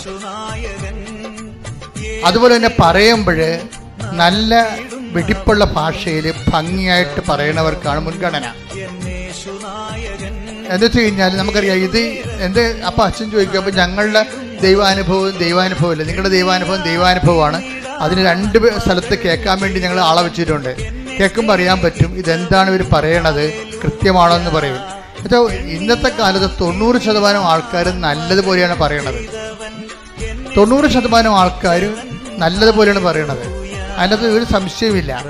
അപ്പം അതുകൊണ്ട് എന്താ പ്രശ്നം വെച്ച് കഴിഞ്ഞാൽ നമ്മളിത് പുറത്തേക്ക് പോകുമ്പോൾ ഇൻ്റർനാഷണൽ ലെവലിലാണ് ഇത് പോണത്. ഒരു സാക്ഷി നമുക്കറിയാമല്ലോ, പഴയ കാലവുമല്ല. എന്ന് വെച്ച് കഴിഞ്ഞാൽ ഇപ്പോഴ് ആൾക്കാർ ഈ യൂട്യൂബിലല്ലേ ഈ സംഭവം പറയണത്. അപ്പോഴിങ്ങനെ തോണ്ടിക്കളയും ആൾക്കാർ. സാക്ഷ്യം കേൾക്കുമ്പോൾ തന്നെ ചളുവാണെങ്കിൽ അവർ തോണ്ടിയിട്ട് വേറെ വല്ല മമ്മൂട്ടിയുടെ പടവും കണ്ടുകൊണ്ടിരിക്കും ആൾക്കാർ. അതാണ് വിഷയം. നിങ്ങളെ സാക്ഷ്യം കേട്ടാൽ തോണ്ടിക്കളയാൻ തോന്നരുത്. അപ്പം അതുകൊണ്ട് തന്നെ വീട്ടിലിരുന്ന് നല്ലവണ്ണം ഒരുങ്ങി മണിമണി പോലെ പറയണം. ഇത്തിരി പ്രായമായ കുഴപ്പമൊന്നുമില്ല, പക്ഷെ പറയണ കാര്യം വൃത്തിയായാൽ മതി. ചിലർ പറഞ്ഞ് കുളമാക്കി കളയും. നല്ല സാക്ഷ്യങ്ങളാണ്. ഈ അലക്ഷ്യത വന്ന് എപ്പോഴും എന്നോട് കംപ്ലൈൻറ്റ് പറയും, നല്ല സാക്ഷി വരുന്ന എടുത്ത് പറഞ്ഞ് കുളമാക്കി കളഞ്ഞു. അതെന്താ കാര്യം എന്ന് വെച്ച് കഴിഞ്ഞാല് നല്ല സാക്ഷിയാണ് അവർ പറയണത്, നല്ല അനുഭവമാണ് അവരുടെ. പക്ഷെ പറഞ്ഞു വരുമ്പോൾ അവരെ പ്രിപ്പയർ ചെയ്യുന്നില്ല. അതാ പ്രശ്നം. വീട്ടിൽ ഇരുന്നൊക്കെ ഒന്ന് പറഞ്ഞു നോക്കണം. കണ്ണാടിയൊക്കെ എടുത്തിട്ട് സാക്ഷ്യം പറഞ്ഞു നോക്കണം. അപ്പൊ നിങ്ങളുടെ മുഖമൊക്കെ എങ്ങനെ വക്കരിക്കണമെങ്കിൽ നോക്കണം. നിങ്ങളുടെ ഭാഷ എങ്ങനെ ഉപയോഗിക്കണം നോക്കണം. അപ്പൊ ഒന്ന് ടെസ്റ്റ് ഒന്ന് പരിചയക്കാരും. നമ്മളെന്താണ് ഇത് സാക്ഷ്യത്തിന് വേണ്ടി ഒരു പീഡ വിട്ടുണ്ടാക്കിയിട്ടിരിക്കുകയാണ്. മതാലിന്റെ മുമ്പിൽ നിർത്തിയിരിക്കുകയാണ്. മതാലിന്റെ മുമ്പിൽ നിൽക്കണാണ്. പ്രത്യക്ഷീകരണത്തിന്റെ സാക്ഷ്യമാണ്. കൃപാസനത്തിൻ്റെ സാക്ഷ്യമെല്ലാം എന്താണ്? അമ്മ ചുറ്റി നടന്ന് നിങ്ങളെ, അമ്മ ഇവിടെ അല്ലല്ലോ ഇരിക്കണേ, ഇവിടെ വരുന്നവർക്ക് ഇവിടെ, അല്ലാത്തവർക്ക് എവിടെയാണ് അവിടെ ഉള്ളത് അവിടെ ചെന്നിട്ടാണ് ഈ സാക്ഷ്യം ഉണ്ടാക്കുന്നത്. സുഗന്ധലേപനമായാലും ശരി, മഴവില്ലായാലും ശരി, അമ്മയുടെ പ്രത്യക്ഷീകരണമായാലും ശരി, സ്വപ്നമായാലും ശരി, സഞ്ചാരി മാതാവ് സമയത്തിൻ്റെ അധികാരിയായിട്ട് ഈ പ്രത്യക്ഷീകരണ സന്ദേശം എവിടെയാണോ നിങ്ങൾക്ക് വിഷമമുള്ളത് ആ വെന്റിലേറ്ററിൽ പോലും അമ്മ നേരിട്ട് വരികയാണ്. ആ പ്രത്യക്ഷീകരണത്തിൻ്റെ സാക്ഷ്യമാണ് ഇവിടെ പറയണത്. പ്രത്യക്ഷീകരണത്തിൻ്റെ സാക്ഷ്യം എന്ന് പറയുമ്പോൾ ജനകോടികൾക്കും ജന്മാന്തരങ്ങൾക്കും അതൊരു പ്രതീക്ഷയാണ് നൽകണം. പുതിയൊരു കാലത്തെ നീ ഏത് കെട്ടകാലത്താണ് നീ ജീവിക്കണമെന്നുണ്ടെങ്കിലും അമ്മ നിന്റെ കൂടെ ഉള്ളിടത്തോളം കാലം നിന്നെ തോപ്പിക്കാൻ ഈ ജീവിതത്തിന് കഴിയത്തില്ല. ദൈവം ജയിക്കും, നീ ജയിക്കും, നിന്നിലൂടെ സുവിശേഷം മുന്നേറും. ശ്രുതികട ഹല്ലേലൂയ. Hallelujah, hallelujah, hallelujah. മരിയയുടെ ഹല്ലേലൂയ, ഹല്ലേലൂയ, ഹല്ലേലൂയ. സാക്ഷികളാക്കി ഹല്ലേലൂയ, ഹല്ലേലൂയ, ഹല്ലേലൂയ. ദൈവപിതാവേ നന്ദി, ദൈവപിതാവേ മഹത്വം, ദൈവപിതാവേ ആരാധന. നമ്മൾ ജയിക്കും, കൃപവരിക്കും, അമ്മയോട് കൂടെ ചൊരിക്കും. നമ്മൾ ജയിക്കും, കൃപവരിക്കും, അമ്മയോട് കൂടെ ചൊരിക്കും. നമ്മൾ ജയിക്കും, കൃപവരിക്കും, അമ്മയോട് കൂടെ ചൊരിക്കും. പരിശുദ്ധ പരമ ദിവ്യകാരുണ്യത്തിന് നേരവും ആരാധനയും സ്തുതിയും പുകഴ്ചയും ഉണ്ടായിരിക്കട്ടെ. അപ്പൊ തന്നെ സാക്ഷ്യം ഞങ്ങൾക്ക് തീർച്ചയായിട്ടും കർത്താവ് ഒരു ഉടമ്പടി എടുക്കുമ്പോൾ ഞങ്ങൾക്ക് ദൈവത്തെ കർത്താവേ എന്നെ പ്രത്യക്ഷീകരണത്തിന് സാക്ഷി ആക്കണമേ നിങ്ങൾക്ക് പ്രാർത്ഥിക്കാം. അത് നിങ്ങൾ പ്രാർത്ഥിക്കുന്നത് തന്നെയാണ്. ഉടമ്പടി എടുക്കുമ്പോൾ തന്നെ പ്രാർത്ഥിക്കേണ്ടത് എന്താണ്? എന്നെ പ്രത്യക്ഷീകരണത്തിൻ്റെ സാക്ഷിയാക്കണമേ. പക്ഷെ സാക്ഷ്യം പറഞ്ഞോളാമെന്ന് പറഞ്ഞിട്ട് ഇവിടെ വരുമ്പോൾ കുറച്ച് പ്രശ്നമുണ്ട്. വല്ല കോഞ്ഞാട്ട സാക്ഷ്യമാണെങ്കിൽ ഞങ്ങൾ ഓടിച്ചിട്ട് വിടുന്നത്. അപ്പോൾ നിങ്ങൾ ഉടനെ മസിൽ പിടിച്ചുകൊണ്ട് പറയും ഞങ്ങൾ സാക്ഷ്യം പറയാൻ നേർച്ച നടന്നതാണ്. നേർച്ച നടന്നെങ്കിൽ ആ അവിടെ പോയിരുന്ന് പറയാൻ ഇവിടെ പറയിപ്പിക്കത്തില്ല. ആ സാക്ഷ്യം കറക്റ്റായിരിക്കണം. ചില ആൾക്കാർ ഇവിടെ വന്ന് ബഹളമൊക്കെ ഉണ്ടാക്കുന്നുണ്ട്. ഞങ്ങൾ നേർച്ച നടന്നതല്ലേ, ഞങ്ങൾക്ക് പറയണ്ടേ, കടവല്ലേ, കടമൊക്കെയാണ്. പക്ഷേ സാക്ഷ്യം, ഈ സാക്ഷ്യം കൃപാസന ആൾത്താരയിൽ പറയാപ്പിക്കാൻ വേണ്ടി അത് സ്റ്റാൻഡേർഡ് ഇല്ല. അതാണ് പ്രശ്നം. അതിനാണ് ജീന സിസ്റ്ററിനെയൊക്കെ വെച്ചിരിക്കുന്നത്. ഫസ്റ്റ് പാർട്ടിയാണ്. സിസ്റ്ററിൻ്റെ അടുത്തൊക്കെ ചെന്ന് കഴിഞ്ഞാൽ സിസ്റ്ററും കൊള്ളാം, ഈ അച്ഛനും കൊള്ളാം. അവർ സത്യസന്ധമായിട്ട് സുവിശേഷ വേല ഭയങ്കര തീക്ഷ്ണമായിട്ട് ചെയ്യുന്ന ആൾക്കാരാണ്. അവരോട് പറയുമ്പോൾ തന്നെ അവർക്കറിയാം ഈ സാക്ഷ്യത്തിൻ്റെ വെയിറ്റേജ് എന്താണെന്ന് അറിയാൻ പറ്റും. അപ്പോൾ അവർ നിങ്ങളോട് പറയും ചേച്ചി കുറച്ചുകൂടി നല്ലൊരു സാക്ഷ്യം ഉണ്ടാകട്ടെ, അല്ലെങ്കിൽ സാക്ഷ്യത്തിൻ്റെ യഥാർത്ഥ കക്ഷികളെ ഒളിച്ച് കളിക്കുകയല്ലേ, അവരെ വെളിച്ചത്ത് കൊണ്ടുവരാൻ പറയും. എന്ന് വെച്ച് കഴിഞ്ഞാൽ ഇവിടെ ഈ വന്നിരിക്കണത് ഈ 70 വയസ്സുള്ള ചേട്ടത്തിയാണ് വന്നിരിക്കുന്നത്. പേരക്കിടാവിൻ്റെ സാക്ഷ്യമാണ് ഈ പറയണത്. പേരക്കിടാവ് വീട്ടിലുണ്ടാകുകയും വരത്തില്ല, അവൾക്ക് വരാൻ കുറച്ചിലാണ്. ഈ അമ്മമ്മ തള്ളയെ കൊണ്ടുപോകുന്നതാണ് ഈ സാക്ഷ്യം പറയിപ്പിക്കുന്നത്. അപ്പോൾ ഉടനെ അവർ പറയും പേരക്കിടാവിനല്ലേ ആനുകൂല്യം കിട്ടിയിരിക്കണത്, അത് അസൈൻ ചെയ്യണോ. ചേച്ചി പറഞ്ഞാൽ ആളെ നമ്മളാ തൊണ്ടി മുതലിനെ ഒന്ന് കാണിക്കണ്ടേ. തൊണ്ടി മുതൽ ഒളിച്ചിരിക്കണേ. കർത്താവിന് സാക്ഷ്യം പറയാൻ വേണ്ടി ലജ്ജിക്കരുത്. Take the bed of God. സ്തുതിക്കട്ടെ. Hallelujah, hallelujah, hallelujah, hallelujah. യേശുവേ നന്ദി. Hallelujah, hallelujah, hallelujah. യേശുവേ സ്തുതി. Hallelujah, hallelujah, hallelujah. Hallelujah, hallelujah, hallelujah. യേശുവേ ആരാധന, ആരാധന, ആരാധന. യേശുവേ നന്ദി. മഹത്വം, മഹത്വം, മഹത്വം. 2 തിമോത്തിയോസ് 1:8. 2 തിമോത്തിയോസ് 1:8. നമ്മുടെ കർത്താവിന് നമ്മുടെ കർത്താവിന് സാക്ഷ്യം നൽകുന്നതിൽ നീ ലജ്ജിക്കരുത്. അതാണ് വിഷയം.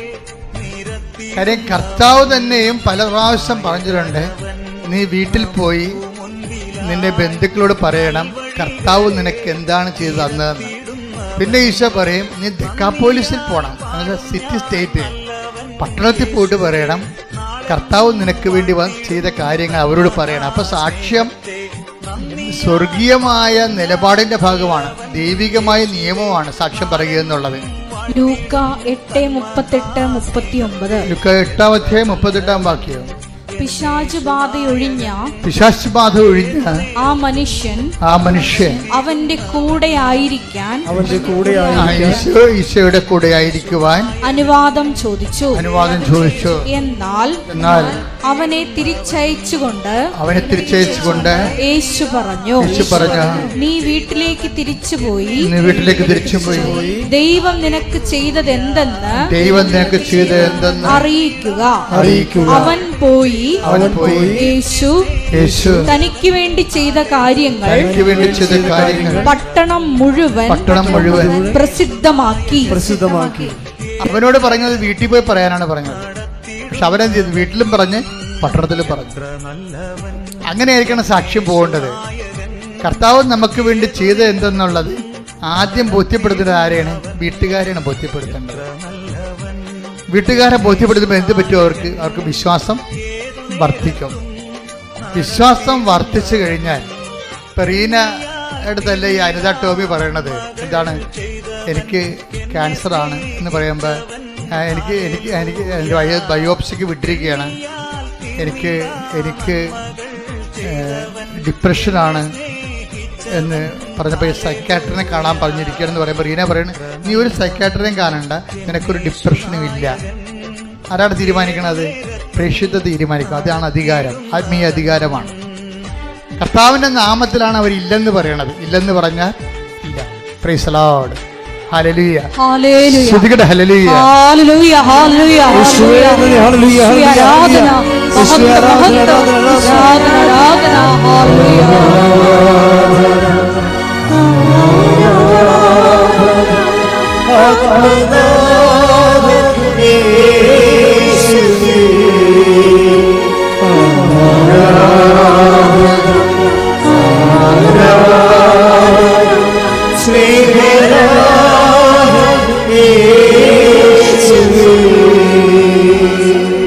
അപ്പോഴേ അനിത ടോമി വന്നിരുന്നപ്പോൾ തന്നെ ഈശോ അപ്പോൾ തന്നെ ആ ഫയൽ എടുത്തിട്ട് ഒറ്റ ക്ലാസ് കൊണ്ട് വിദ്വേഷം മാറ്റി, അതുപോലെ തന്നെ സങ്കടവും മാറ്റി, കാളെ കഴുകി.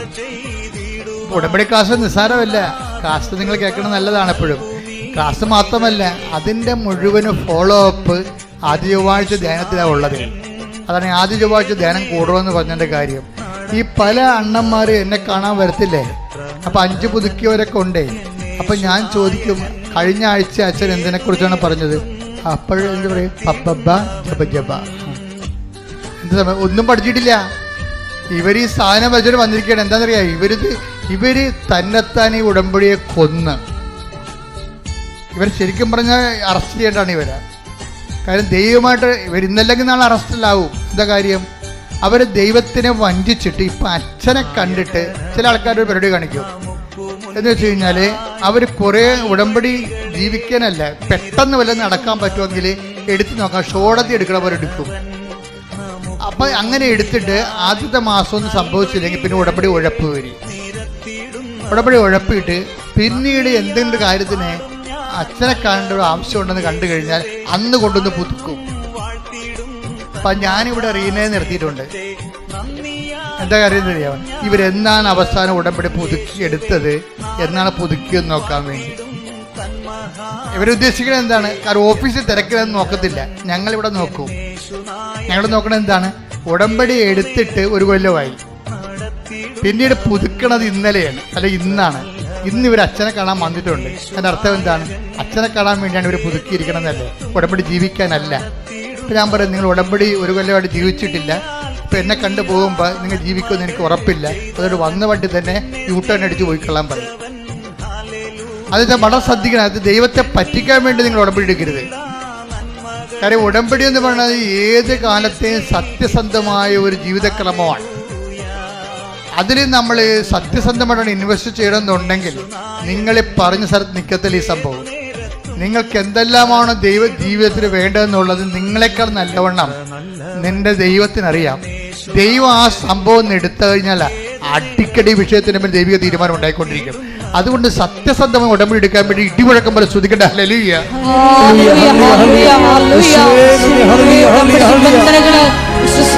പാലിക്കാനുള്ള അധിക അഭിഷേകം ഞങ്ങൾക്ക് നൽകണമേ, അധിക കൃപ നൽകണമേ.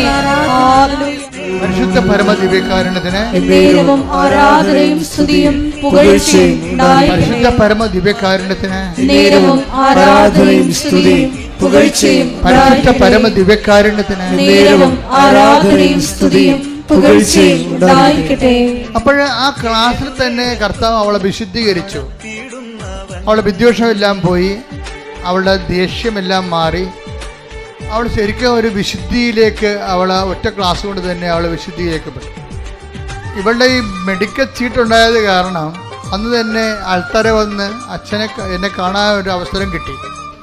എനിക്കിവർ അന്ന് ഈ സബ്ജക്റ്റിനെ കുറിച്ചൊന്നും അറിയത്തില്ലല്ലോ. ഞാൻ അവളുടെ FNE ഈ ബയോപ്സിക്ക് വിട്ടി തൊണ്ടയിൽ ബയോപ്സി FNS ചെയ്തപ്പോഴും ഒരു മുഴയല്ല 3 മുഴയുണ്ട്. ഒരു മുഴ ക്യാൻസറസ് ആണ്. അത് നമ്മൾ അറിയപ്പെടാതിരുന്ന മുഴയാണ് ക്യാൻസറസ്. അതിൻ്റെ സാമ്പിൾ ടെസ്റ്റിൽ ക്യാൻസറസ് ആണത്. ഇപ്പോൾ ക്യാൻസറസ് ആയിട്ട് ഇവിടെ വരണത്. പക്ഷെ ഞാനിത് ഇവളുടെ ഈ മെഡിക്കൽ പേപ്പർ കൊണ്ടുപോയി അമ്മയുടെ മധ്യസ്ഥന് വെച്ചു.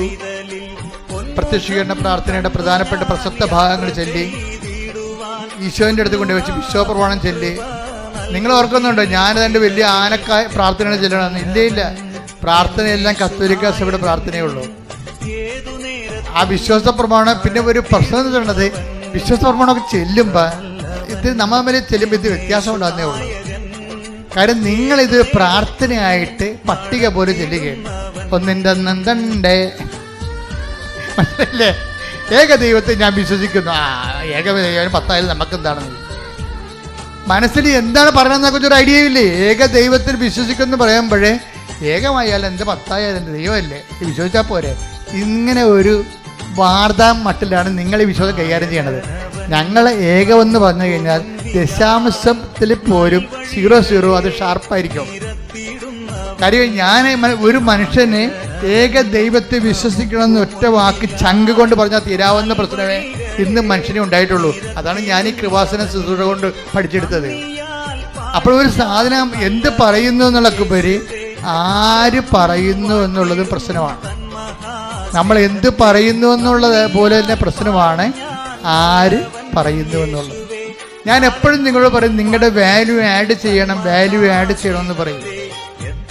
എന്ന് വെച്ച് കഴിഞ്ഞാൽ വാല്യൂ ആഡ് ചെയ്യുക വെച്ച് കഴിഞ്ഞാൽ നമ്മളുടെ കഴിഞ്ഞകാല ജീവിതങ്ങൾ സുവിശേഷത്തിന് വേണ്ടി നമ്മൾ കട്ട സഹിച്ചത്. ഇപ്പം ഇവളെന്ത് അനിത ടോമി എന്താ ചെയ്തിരിക്കണത്? ക്ലാസ് കേട്ടപ്പോൾ എന്ത് ചെയ്ത്? ക്ലാസ് കേട്ട് കഴിഞ്ഞപ്പോൾ ഇവള് പോയി കുമ്പസാരിച്ചു. ക്ലാസ് കേട്ടപ്പോൾ കുമ്പസാരിക്കണമെന്ന് വെച്ച് കഴിഞ്ഞാൽ ഈ കുഴാഴ്ച കുമ്പസാരമല്ല. കുഴാഴ്ച കുമ്പസാരം അറിയാമല്ല, ചത്തവർക്ക് വേണ്ടി മരിച്ചവർക്ക് കുമ്പസാരിക്കണം. അതായത് ഒരു പശ്ചാത്താപം കാണത്തില്ല പിശാചിന്. അച്ഛൻ കുമ്പസാരം കൂട്ടിയിരിക്കണ കാരണം അവിടെ പോയി എന്തെങ്കിലും പറയണമെന്ന് ചോദിച്ചാൽ പണ്ടത്തെ പട്ടിക പറഞ്ഞു പോകും. എൻ്റെ അടുത്താണെങ്കിൽ അപ്പം അപ്പോൾ പിടിവരുവാകും. എനിക്കറിയാം കള്ളത്തറയിൽ പറയണമെന്നും സത്യസന്ധതയല്ലെന്നും. ഞാൻ മാറുന്നേ, നിങ്ങളിപ്പോൾ എന്താ പറഞ്ഞത്? ഈ സംഭവമല്ലേ നേരത്തെയും പറഞ്ഞത്? നിങ്ങൾ എന്താ ഉദ്ദേശിക്കണത്? മരിച്ചവരുടെ ആത്മശാന്തിക്ക് വേണ്ടിയാണോ ഇത് കുമ്പസാരിക്കണത്? ഇത് സത്യമായ സന്തതമായ കുമ്പസാരമാണോ? ഞാൻ ചോദിക്കും. എന്താ കാര്യം വെച്ച് കഴിഞ്ഞാൽ എൻ്റെ ഉദ്ദേശം എന്താണ്? ഇവരെ കുമ്പസാരിപ്പിക്കുക എന്നുള്ള ഉപരി ഇവരെ വിശുദ്ധീകരിക്കുക, സുവിശേഷത്തിൻ്റെ സാക്ഷിയാക്കുകയാണ്. അത് നല്ല. ഇപ്പം നിങ്ങളോട് ശാന്തമല്ല സംസാരിച്ചെങ്കിൽ ഞാൻ ജനങ്ങളോട് സൗമ്യമായിട്ട് സംസാരിക്കത്തുള്ളൂ. പക്ഷെ എന്താ പ്രശ്നം വെച്ചാൽ അവരെ കുറ്റം പറഞ്ഞൊരു കാര്യമില്ല, അവർക്കറിയത്തില്ല. അവർക്ക് യാന്ത്രികമായിട്ട് ഇങ്ങനെ ചെയ്യണതാണ് പല കാര്യങ്ങൾ. പക്ഷെ റീന ഇങ്ങനെ അല്ലെങ്കിൽ അനിത ടോമി ഇങ്ങനെ യാന്ത്രികമായിട്ട് ചെയ്യണതല്ല. അനിത ടോമി ആത്മാർത്ഥമായിട്ട് ദൈവത്തോട് എനിക്കുള്ള ബന്ധം മുറിഞ്ഞുപോയി. എൻ്റെ വൈരാഗ്യവും കരുതി സ്നേഹമല്ലേ. അപ്പോൾ എൻ്റെ വൈരാഗ്യം, വിദ്വേഷം അതെല്ലാം കൊണ്ട് അത് മുറിഞ്ഞുപോയി. അപ്പോൾ എനിക്ക് ദൈവത്തോട് അടുത്ത് ജീവിക്കണം. സങ്കടമാണ് ആളിനെ. കണ്ട ഒരാളിൻ്റെ കുമ്പസാരത്തിൽ മിനിമം പശ്ചാത്താപം ഇല്ലെങ്കിൽ നിങ്ങൾ കുമ്പസാരത്തിൽ എന്താ കാര്യമാണ്? ഏറ്റവും മനുഷ്യന് വേണ്ടത് അതാണ് പാപങ്ങളെല്ലാം ക്രമമായി ഓർക്കണത്, ചെയ്ത പാപത്തെക്കുറിച്ച് പശ്ചാത്തപിക്കുന്നത്. അതാണ് നല്ല കുമ്പസാരം. എവിടെ എഴുതി വെച്ചിട്ടുണ്ട്. നോൻപുകാലമായതുകൊണ്ട് കർത്താവ് എന്നിലൂടെ നിങ്ങളോട് ഇതെല്ലാം പറഞ്ഞു തരികയാണ്. മനസ്സിലായില്ലേ? അപ്പം അതുകൊണ്ട് ഇതെല്ലാം കൃത്യമായിട്ട് ചെയ്യണം. അപ്പം ഈ അനിത ടോമിയുടെ കുമ്പസാരം കഴിഞ്ഞപ്പോൾ കുമ്പസാരക്കാരൻ പറഞ്ഞു, അല്ലേ, നിനക്ക് പ്രശ്നങ്ങളുണ്ട്, പ്രയാസങ്ങളുണ്ട്, അതെല്ലാം ശരിയാണ്. നീ ഒത്തിരിയേറെ തെറ്റിദ്ധരിക്കപ്പെട്ടിട്ടുണ്ട്, ഒറ്റപ്പെടുത്തിപ്പെട്ടിട്ടുണ്ട്, സങ്കടപ്പെട്ടിട്ടുണ്ട്, അതൊക്കെ ശരിയാണ്. നിനക്ക് എന്തുകൊണ്ട് നമ്മുടെ കർത്താവിൻ്റെ പീഡാനുഭവങ്ങളോടുകൂടെ ഇതങ്ങോട്ട് കൂട്ടിവെക്കാൻ പാടില്ല? എന്തുകൊണ്ട് നിനക്ക് നമ്മുടെ കർത്താവ് വല്ല തെറ്റും ചെയ്ത, ആരുടെങ്കിലും കരുത്തേക്ക് കയറിയ, ആരെങ്കിലും നിന്ദിക്കുന്ന വല്ലതും ചെയ്ത, ആരെങ്കിലും ഉപദ്രവിച്ച, ഒരു തെറ്റും ചെയ്യാതെ അല്ലേ കർത്താവ് ഇത്രയും അനുഭവിച്ചത്?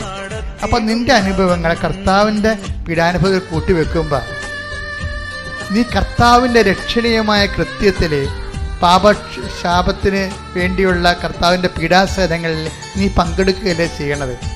അപ്പോൾ പരമപിതാവ് പ്രസാദിച്ച് കർത്താവിന് കൃപ കൊടുത്ത പോലെ നിന്നെയും കർത്താവ് കൃപ തന്ന് അനുഗ്രഹിക്കും. എന്ത് സുന്ദരമായ ഉപദേശം അനിതാട്ടോമി അങ്ങനെ തന്നെ ഇങ്ങനെ പറയുകയാണത്. ഇവളെ സൈക്കാട്രിസ്റ്റ് ട്രീറ്റ്മെൻറ്റ് വിട്ട ആളാണേ. റീനയാണ് വഴി പിരിച്ചിട്ട് കറക്റ്റ് ട്രീറ്റ്മെൻറ്റ് വിടുന്നത്. റീനയാണ് പറഞ്ഞത് നിന്റെ കാര്യം കൃപാസനം മാത്രം നോക്കിക്കൊള്ളൂ എന്ന് പറഞ്ഞു, നിനക്കൊരു ഡിപ്രഷൻ ഇല്ലെന്ന് പറഞ്ഞ്. ഇപ്പം എന്നാ പറ്റി, ഒരു കുമ്പസാരം കൂടി കഴിഞ്ഞപ്പോൾ ആൾ ഊക്കിയായി. അതിനുശേഷമാണ് വന്ന് അച്ഛനെ കാണുന്നത്. കണ്ടു കഴിയുമ്പോൾ ഞാനെന്ത് ചെയ്യണത്, ഞാൻ ഈ സംഭവം എടുത്തിട്ട് ഇവളുടെ ക്യാൻസർസ് ആയിട്ടുള്ള റിപ്പോർട്ട് അമ്മയെടുത്ത് കൊണ്ടേ കൊടുക്കും. അമ്മയുടെ മധ്യസ്ഥമല്ലേ, ആ പച്ച മഷി കൊണ്ട് ഒന്ന് വരച്ചേക്കാൻ പറയും. കാര്യം എന്താണ്, അവൾ ജീവിക്കാൻ തുടങ്ങിയതല്ലേ ഉള്ളവള്. ആ പച്ച മഷി കൊണ്ട് വരച്ചാൽ പിന്നെ ഈശോ നോക്കത്തുമില്ല, യാതൊരു ഒബ്ജക്ഷനും ഉന്നയിക്കത്തില്ല. അതാണല്ലോ ഉടമ്പടിയുടെ രഹസ്യം എന്ന് പറയുന്നത്. അവൻ പറയണ പോലെ ചെയ്ത് ജീവിക്കുകയല്ലേ. പക്ഷെ അവൻ പറയണ പോലെ ചെയ്ത് ജീവിച്ചോളാവും. ദൈവത്തിന് ഉറപ്പ് വേണം. അവിടെയാണ് നമ്മുടെ റിസ്ക്. അതാണ്. അല്ല ഇവിടെ കൊണ്ടുവന്ന് പശു പ്രസവിക്കണം, അമ്മ പ്രസവിക്കണമെന്ന് പറഞ്ഞ് എഴുതി വെക്കത്തില്ല, രണ്ടും പ്രസവമാണല്ലോ. ഞാൻ എപ്പോഴും പറയും, നിങ്ങളെ കളിയാക്കണ അങ്ങനെയാണ്. ഓരോ അണ്ണന്മാർ കിട്ടുമ്പോൾ തന്നെ കുത്തിരുന്ന് എഴുതുകയാണ്. 6 കാര്യം പറയുമ്പോൾ 60 കാര്യം എഴുതിയിട്ട് തിരികെ. അവർക്ക് കാര്യങ്ങൾ മാത്രമേ ഉള്ളൂ, കർത്താവ് മാത്രമേ ഇല്ല. കാര്യങ്ങൾ മാത്രമേ ഉള്ളൂ, കർത്താവ് മാത്രമേ ഇല്ല. ചിലർക്ക് കാര്യങ്ങൾ കർത്താവ് തന്നെ ആയിരിക്കും. കർത്താവ് എൻ്റെ കാര്യം എന്ന് പറഞ്ഞാൽ നീയാണ്, നിന്നെ പിരിഞ്ഞ് ജീവിക്കാൻ ഇടവരുത്തരുത്, നിന്റെ കൂടെ ജീവിക്കാൻ എന്നെ സഹായിക്കണം. അതാ അപ്പം വിഷയം മാറി. അപ്പം ദൈവത്തെ ജെനുവിനാണെന്ന് മനസ്സിലാവും. ദൈവത്തിന് വേണ്ടി ജീവിക്കാൻ വേണ്ടിയല്ലേ ഇത്രയും കഷ്ടപ്പെടുന്നത്. അപ്പോൾ ഞാനിത് അമ്മയോട് പറഞ്ഞു, അമ്മയെ പച്ചമഷിക്കൊന്ന് വരയിട്ടേക്കണേ, അത് ജീവിച്ച് പോട്ടെന്ന് പറയും. അത് എന്നിട്ട് കൊണ്ടുവന്ന് ഈശോൻ്റെ അടുത്ത് കൊടുത്തിട്ട് വിശ്വപ്രമാണം ചെല്ലും. പിന്നെ ഒരു ബന്ധനം മോചന ഡെലിവറൻസ് പ്രാർത്ഥനയും ചൊല്ലിട്ട് അവർക്ക് കൊടുക്കും. കൊടുത്തിട്ട് പറയണത് എന്താണെന്ന് അറിയാമോ, സാക്ഷ്യം വന്ന് പറഞ്ഞോ എന്ന് പറഞ്ഞു. അപ്പം എനിക്കത് എവിടുന്ന് കിട്ടി? ഇവിടുന്ന് പോയിട്ട് അവിടെ ചെന്നപ്പോൾ അവിടുന്ന് പറഞ്ഞതാണ് സാക്ഷ്യം പറഞ്ഞോളാൻ പറഞ്ഞത്. അപ്പം ഞാനിത് അരിതക്ടോമിക്ക് പറഞ്ഞ് അമ്മ പറയേണ്ടത് സാക്ഷ്യം വന്ന് പറഞ്ഞോളാൻ പറയുന്നുണ്ട്.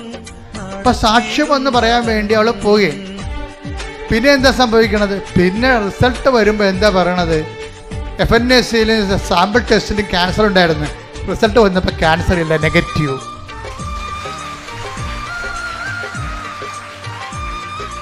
അപ്പം ഇതാണ് ഉടമ്പടി.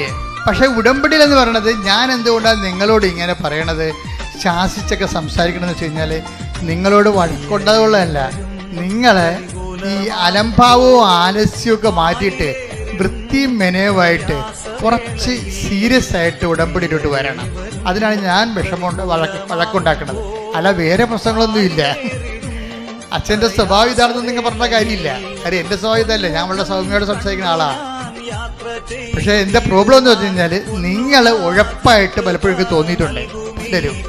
അവരൊരു സൈഡ് ആരെങ്കിലും പറഞ്ഞപ്പോൾ കേട്ട്, എന്നാൽ ഇപ്പം അവർക്ക് ഞങ്ങളുടെ കിഴക്കേ വീട്ടിൽ കിട്ടിയ അനുഗ്രഹം, പടിഞ്ഞാറ് വീട്ടിൽ കിട്ടിയ അനുഗ്രഹം, ഇനിയിപ്പോൾ നമ്മൾ മാത്രം, ഇനിയിപ്പോൾ നമുക്കായിട്ട് കുറയേണ്ട കാര്യം, നമുക്കും പോയി എന്നാൽ നീയും ഉടമ്പടി എടുക്കരുതെന്ന് പറയും.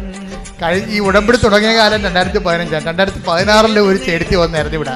ഒരു മോള് പൂങ്കാവിൽ പോകാൻ പോണ വഴിക്കാണ് ഇവർ വന്ന്. അപ്പോഴേ ഇവിടെ വന്നിട്ട് കലവൂരിറങ്ങി 1 കിലോ ചെമ്മീൻ മേടിച്ച് അമ്മന്ന് ചെമ്മീനും മേടിച്ച് ഇവിടെ വന്ന് നിൽക്കുക. അപ്പോൾ എന്നിട്ട് ഇവിടെ വന്ന് ഉടമ്പടി എടുത്ത് അപ്പോൾ പറഞ്ഞേ, എൻ്റെ കൊച്ച ഒന്ന് വെറുതെ വേഗം വിടണുണ്ടാക്കി ചെമ്മീൻ ചീഞ്ഞു പോകുന്നു. എന്ത് പറയാന്, അങ്ങനെയുള്ള ആൾക്കാർ ഉടമ്പടി എടുത്തിട്ടുണ്ട് പണ്ട്. പക്ഷെ അന്ന് കൗൺസിലേഴ്സ് ഒക്കെ കൃത്യമായിട്ട് അവരെ പറഞ്ഞ് കൃത്യമായിട്ട് മനസ്സിലാക്കി അവരെ കറക്റ്റ് ചെയ്താണ് വിട്ടിട്ടുണ്ട്. അപ്പം അവർക്ക് സൈഡായിട്ട് പോകുന്ന വഴിക്ക്, എന്നാൽ ആലപ്പുഴ അളിയൻ്റെ വീട്ടിൽ പോകുകയല്ലേ, എന്നവർ ഉടമ്പടി എടുത്തേക്കാന്ന് പറഞ്ഞു. അങ്ങനെ വഴിക്ക് പോകുന്ന വഴിക്ക് കയറിയാൽ ഉടമ്പടി വർക്കൗട്ട് ചെയ്യത്തില്ല. അതുകൊണ്ടാണ് നമ്മളിവിടെ അച്ഛന്മാർക്കെല്ലാം നിർദ്ദേശം കൊടുത്തിട്ടുണ്ട്, വന്ന ആൾക്കാരെ പ്രാർത്ഥിക്കാൻ നിൽക്കരുതെന്ന് പറഞ്ഞിട്ടുണ്ട്. വന്ന ഈ അകത്ത് ഇത് പെരുവഴിയല്ലേ, നാഷണൽ ഹൈവേ അല്ലേ, അപ്പൊ പോണ വഴിക്ക് ഇവിടെ ആൾ കൂടി നിൽക്കണം. ഇതെന്താ ഇവിടെ കൃപാസനം ആണോ, എന്നൊന്ന് ഇറങ്ങിയേക്കാം. അവിടെ അപ്പുറത്ത് പോയി ചായയും കുടിച്ച് ഇവിടെ വരുമ്പോഴാണ് അച്ഛനിരിക്കുക. അങ്ങനെ തലയൊന്ന് കാണിച്ചേക്കും. പേരെന്താ? കൃപാസനത്തിൽ വന്ന് പ്രാർത്ഥിച്ചെന്ന പേര്. എന്ത് ഇവൻ്റെ മിക്കവാറും പൊറുക്കാൻ കഴിക്കണം, മരിക്കാനാകും. പിറ്റേ ആഴ്ചയിൽ എന്താ ഇവൻ തമ്പുരാന് പണി തന്നിരിക്കണല്ല, പോണ വഴിക്ക് കയറി തമ്പുരാന് പണി കൊടുത്തിരിക്കണാണ്. അപ്പം അത്രയും പ്രാധാന്യമേ ഉള്ളു. നമ്മൾ അഡ്രസ്സ് ചെയ്യരുത്. നമ്മൾ അഡ്രസ്സ് ചെയ്യേണ്ടത് കഴിഞ്ഞാൽ അവർ ഉടമ്പടി എടുത്ത് ഇതിനു വേണ്ടി തന്നെയാണ് വന്നതെന്ന് നമ്മൾ നോക്കണം. കർത്താവിൻ്റെ കാര്യം ഇത് ഭയങ്കര സീരിയസ് ആയല്ലേ, സത്യസന്ധമായ കാര്യമാണ്. ഞാൻ അച്ഛന്മാരെ എല്ലാം വിളിച്ചത് മുറി ഇരുത്തി കറക്റ്റ് കാര്യം പറയും. എന്താ കാര്യത്തിൽ അച്ഛന്മാർക്ക് അറിയത്തില്ലല്ലോ. ഒന്ന് പ്രാർത്ഥിക്കണം, നമ്മൾ പ്രാർത്ഥിക്കാൻ വേണ്ടിയില്ല അഭിഷേകം മേടിച്ചിരിക്കണത്. അങ്ങോട്ട് പ്രാർത്ഥിച്ചേക്കാം. നമ്മൾ അത്രയും കയ്യൊന്നും നികളണ്ട. എന്താ കാര്യം? ഈ കക്ഷി ഇതിനു വേണ്ടിയാണ് വന്നത്. ഇത് ഉടമ്പടി ധ്യാനകേന്ദ്രമാണ്. ലോകത്തിൽ ഇവിടെ മാത്രം എന്താ ഉടമ്പടി തരാൻ കാര്യം? അത് ഒറ്റ ചിന്ത പോരെ, അത് നിലനിൽപ്പാണ്. എന്ന് വെച്ച് കഴിഞ്ഞാൽ നമ്മൾ 5 മിനിറ്റ് നമ്മുടെ ചുണ്ട് ചലിപ്പിച്ചാലും കർത്താവിന് പ്രയോജനം ഉണ്ടാകണം തന്നെ ഞാൻ ഈ 30 കൊല്ലം ചിന്തിച്ചിരിക്കണം. അപ്പൊ കർത്താവിന്റെ മുമ്പിലുള്ള നിപ്പ് എങ്ങനെയാണെന്ന് എനിക്കറിയാം. അതുകൊണ്ടല്ലേ അമ്മ പ്രത്യക്ഷപ്പെട്ടത്. അപ്പൊ അതുകൊണ്ട് തന്നെ നമ്മൾ ഈ വിഷയത്തിൽ കർക്കശ്യമാണ്. നമ്മൾ കൊടുക്കണ പൊന്നിനേക്കാളും തങ്കത്തെക്കാളും വിലയുള്ള ദൈവത്തിന്റെ കൃപയാണ് കൊടുക്കണത്. അപ്പൊ അത് വാങ്ങുന്നവന് ആ ബോധം ഉണ്ടാകണം. അല്ലെങ്കിൽ നമ്മൾ ബോധം ഉണ്ടാക്കും. ആ ബോധം ഉണ്ടാക്കും. അപ്പം അത് അച്ഛൻ ടോക്ക് കേൾക്കുമ്പോൾ മനസ്സിലാകും നിങ്ങൾ സത്യസന്ധമായിട്ട് ആണ് വിഷയം പോകണമെന്നുണ്ടെങ്കിൽ. ഇപ്പോൾ ഇവള് ഈ അനിതാട്ടോയി പറഞ്ഞ ഒരു വേറെ കാര്യമുണ്ട്. അനിതാട്ടോയി പറഞ്ഞേ എനിക്ക് ട്രീറ്റ്മെൻറ്റിലേക്ക് തൊണ്ടയ്ക്ക് ഓപ്പറേഷൻ വേണ്ടി വന്നു. ക്യാൻസർ ഇല്ലെന്ന് തെളിഞ്ഞ്, പക്ഷെ എന്നാലും ആ മുഴ കളയണ്ടേ, അപ്പോൾ മൂക്കിൽ കൂടി ട്യൂബ് ഇടേണ്ടി വരും. അപ്പോൾ അനിതാട്ടോയി പറയണേ എൻ്റെ മൂക്കിലൊരു കുരു ഉണ്ടായിരുന്നു. അപ്പോൾ എനിക്ക് പേടിയായിരുന്നു. മൂക്കിലൂടെ ട്യൂബ് കയറ്റി കഴിയുമ്പോൾ ആ കുരുവൽ ഉരഞ്ഞാൽ എനിക്ക് ഭയങ്കര സീനാവും. എന്ത് ചെയ്യൂ? അപ്പോൾ ഞാൻ എന്ത് ചെയ്ത്, ഞാൻ ഉടമ്പടി തൈലം എടുത്തിട്ട് വിശോപ്രവാണെങ്കിലും മൂക്കിൻ്റെ അകത്ത് കൈയിട്ട് തേച്ച്. അത് കാണാനില്ലെന്ന്. അതെന്ന് നമ്മൾ സത്യസന്ധമായിട്ടാണ് വിഷയം കൈകാര്യം ചെയ്യണമെന്നുണ്ടെങ്കിൽ നമ്മളെക്കാൾ സത്യസന്ധമായിരിക്കും ദൈവം. ദൈവം സത്തയിൽ തന്നെ സത്യസന്ധനാണ്. ഞാൻ ഉദ്ദേശിക്കുന്നത് ആ സത്യാവസ്ഥ നിങ്ങളും കൂടി സത്യമായി കഴിഞ്ഞാൽ പിന്നെ നമുക്ക് തിരിഞ്ഞു നോക്കേണ്ടി വരത്തില്ല. ദൈവം സത്യത്തിൽ തന്നെ സത്യസന്ധനാണ്, വിശ്വസ്തനാണ്. നമ്മളും കൂടി, നമ്മളാണെങ്കിൽ പ്രശ്നം, നമ്മൾ കൂടി ഒന്ന് ഓക്കെ ആയി കഴിഞ്ഞാൽ പിന്നെ എത്ര പെട്ടെന്നാണെന്നറിയാം സ്പീഡപ്പാകണത്. സാക്ഷ്യങ്ങള് പ്രാർത്ഥിക്കുക. കർത്താവായ ദൈവമേ, അങ്ങ് ഈ സത്തയിൽ തന്നെ സത്യസന്ധനാണ്. അങ്ങയുടെ നാമത്തിലെ സുവിശേഷം ജീവിക്കുമ്പോഴേ ഒരിക്കൽ സത്യസന്ധത പാലിച്ചുകൊണ്ട് ഉടമ്പടിയിൽ ജീവിക്കുവാൻ എന്നെ സഹായിക്കണമേ. ശ്രദ്ധിക്കട്ടെ.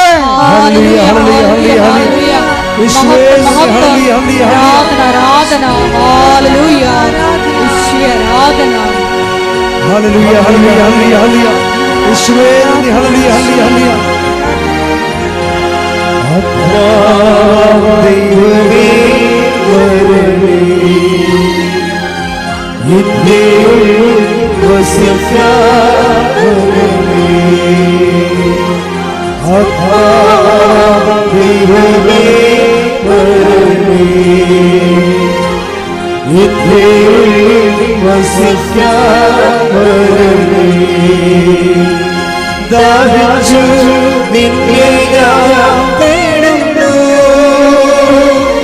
സ്വർഗ്ഗം തുറന്നിറങ്ങി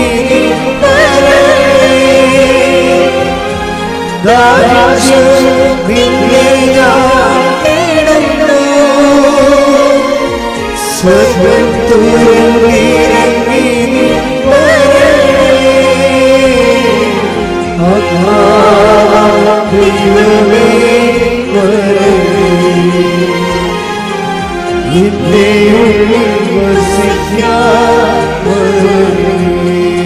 പരിശുദ്ധ പരമദിവ്യകാരുണ്യത്തിന് നേരവും ആരാധനയും സ്തുതിയും പുകഴ്ചയും ഉണ്ടായിരിക്കട്ടെ. പരിശുദ്ധ പരമദിവ്യകാരുണ്യത്തിന് നേരവും ആരാധനയും സ്തുതിയും പുകഴ്ചയും ഉണ്ടായിരിക്കട്ടെ. പിന്നെ അനിത ടോമി പറയുന്ന മൂന്നാമത്തെ കാര്യമുണ്ട്. ആ കാര്യം എന്ന് പറയണത് ഉടമ്പടി എൻ്റെ ജീവിതത്തിന് എനിക്ക് തന്നത്, ഉടമ്പടി ഞങ്ങളുടെ ആധ്യാത്മിക ജീവിതം ബലപ്പെടുത്തി. ഞങ്ങൾ ജീവിച്ചുകൊണ്ടിരുന്നത് സാധാരണ ഒരു ജീവിതമാണ്. അതിനകത്ത് കുശുമ്പും കുന്നായ്മയും പങ്കുവെക്കുമ്പോൾ തമ്മിലടിയും പരദൂഷണവും എല്ലാ സംഭവങ്ങളും ഉണ്ടല്ലോ സാധാരണ ജീവിതം. ഉടമ്പടിയോടുകൂടി ഈ സാധാരണ ജീവിതം അങ്ങോട്ട് മാറ്റും. ആ പേജ് അങ്ങോട്ട് കീറിക്കളയും. നിങ്ങൾ വല്ല പേജ് കീറിക്കളയാത്ത ആൾക്കാർ ഇപ്പോഴും ഉണ്ട്. അതാണ് പ്രശ്നം. കുശുമ്പും കുന്നായ്മയും പരദൂഷണവും വെറുപ്പും വിദ്വേഷവും വാശിയും വൈരാഗ്യവും ഭർത്താവിനിടയ്ക്ക് ഭാര്യയും അങ്ങോട്ടും ഇങ്ങോട്ടും ഭക്ഷണം കഴിക്കാതിരിക്കുക, അങ്ങനെ മത്സരം, ഇങ്ങനെ പല, അതായത് ഒന്നും നിങ്ങളെ കീഴടങ്ങാൻ തയ്യാറല്ല. നിങ്ങളിതെല്ലാം, അതായത് നമ്മൾ ഓരോ വിഷയവും ക്രിസ്തുവിൻ്റെ നാമത്തിലാണ് നമ്മളെ ഏറ്റെടുക്കുകയോ വിട്ടുകൊടുക്കുകയോ ചെയ്യുന്നുണ്ടെങ്കിൽ നിങ്ങൾ ബലം പ്രാപിക്കും. ചിലപ്പോൾ നിങ്ങൾ നല്ല ആൾക്കാരായിരിക്കും, നിങ്ങളോട് ചെയ്ത അപരാധങ്ങളായിരിക്കും, നിങ്ങളെ റൈറ്റ് ഓഫ് ചെയ്തിട്ടില്ല, എഴുതി തള്ളാത്തോളം കാലം ആ തിന്മയിൽ നിങ്ങൾ നിൽക്കുകയാണ്. നിങ്ങളുടെ ശത്രു നിങ്ങളോട് ചെയ്ത തിന്മയിൽ തന്നെ നിങ്ങൾ നിൽക്കുകയാണ്. സുവിശേഷം രണ്ടിനെ ഒരുപോലെ കണ്ടത്. ഇടി കൊണ്ടവനെയും ഇടിച്ചവനെയും സുവിശേഷം പ്രതിയായിട്ട് തന്നെ കാണുന്നത്. എന്താ കാര്യം എന്നറിയാമോ? കർത്താവിനെ സ്വീകരിച്ചവനാണെങ്കിൽ ഇടി കൊണ്ടവൻ കർത്താവിന്റെ നാമത്തിൽ റൈറ്റ് ഓഫ് ചെയ്യും. ഈ വിശുദ്ധന്മാരുടെ ജീവിതം മുഴുവൻ അതല്ലേ കർത്താവ് റൈറ്റ് ഓഫ് ചെയ്യണം. നിന്റെ ഒരു കർണത്തടിക്കണവന് മറുകരണം കാണിച്ചു കൊടുക്കും, ക്ഷമിക്കണമെന്ന് പറഞ്ഞു. എന്താ കാര്യം? അതിനേക്കാൾ വലുതാണ്, നിന്നെ തല്ലിയവനേക്കാൾ വലുതാണ് ദൈവം നിനക്ക്. അപ്പൊ ദൈവത്തെക്കാൾ വലുതാണ് എന്നെ തല്ലിയവനെന്ന് പറയുമ്പോഴേ തല്ലിയവനല്ലേ നിന്റെ ദൈവം. പറഞ്ഞ മനസ്സിലാകുന്നുണ്ടോ? പറഞ്ഞ മനസ്സിലാകുന്നില്ല. ഇത്തിരി പാടാണ്. അപ്പൊ നിങ്ങൾ ഓർത്താ ഇത് ഈസിയാണെന്ന്. ഈസി അല്ല. ഇത് ഈസി അല്ലെന്ന് മനസ്സിലാകുമ്പോൾ ഈ കുരിശക്കാരി തുണിയില്ലാ കിടക്കണ കാണുമ്പോൾ മനസ്സിലാവണില്ല ഈസി അല്ലെന്ന്. ഈസി അല്ലേ ഇത്? പക്ഷെ നമ്മളത് വില കൊടുക്കണം.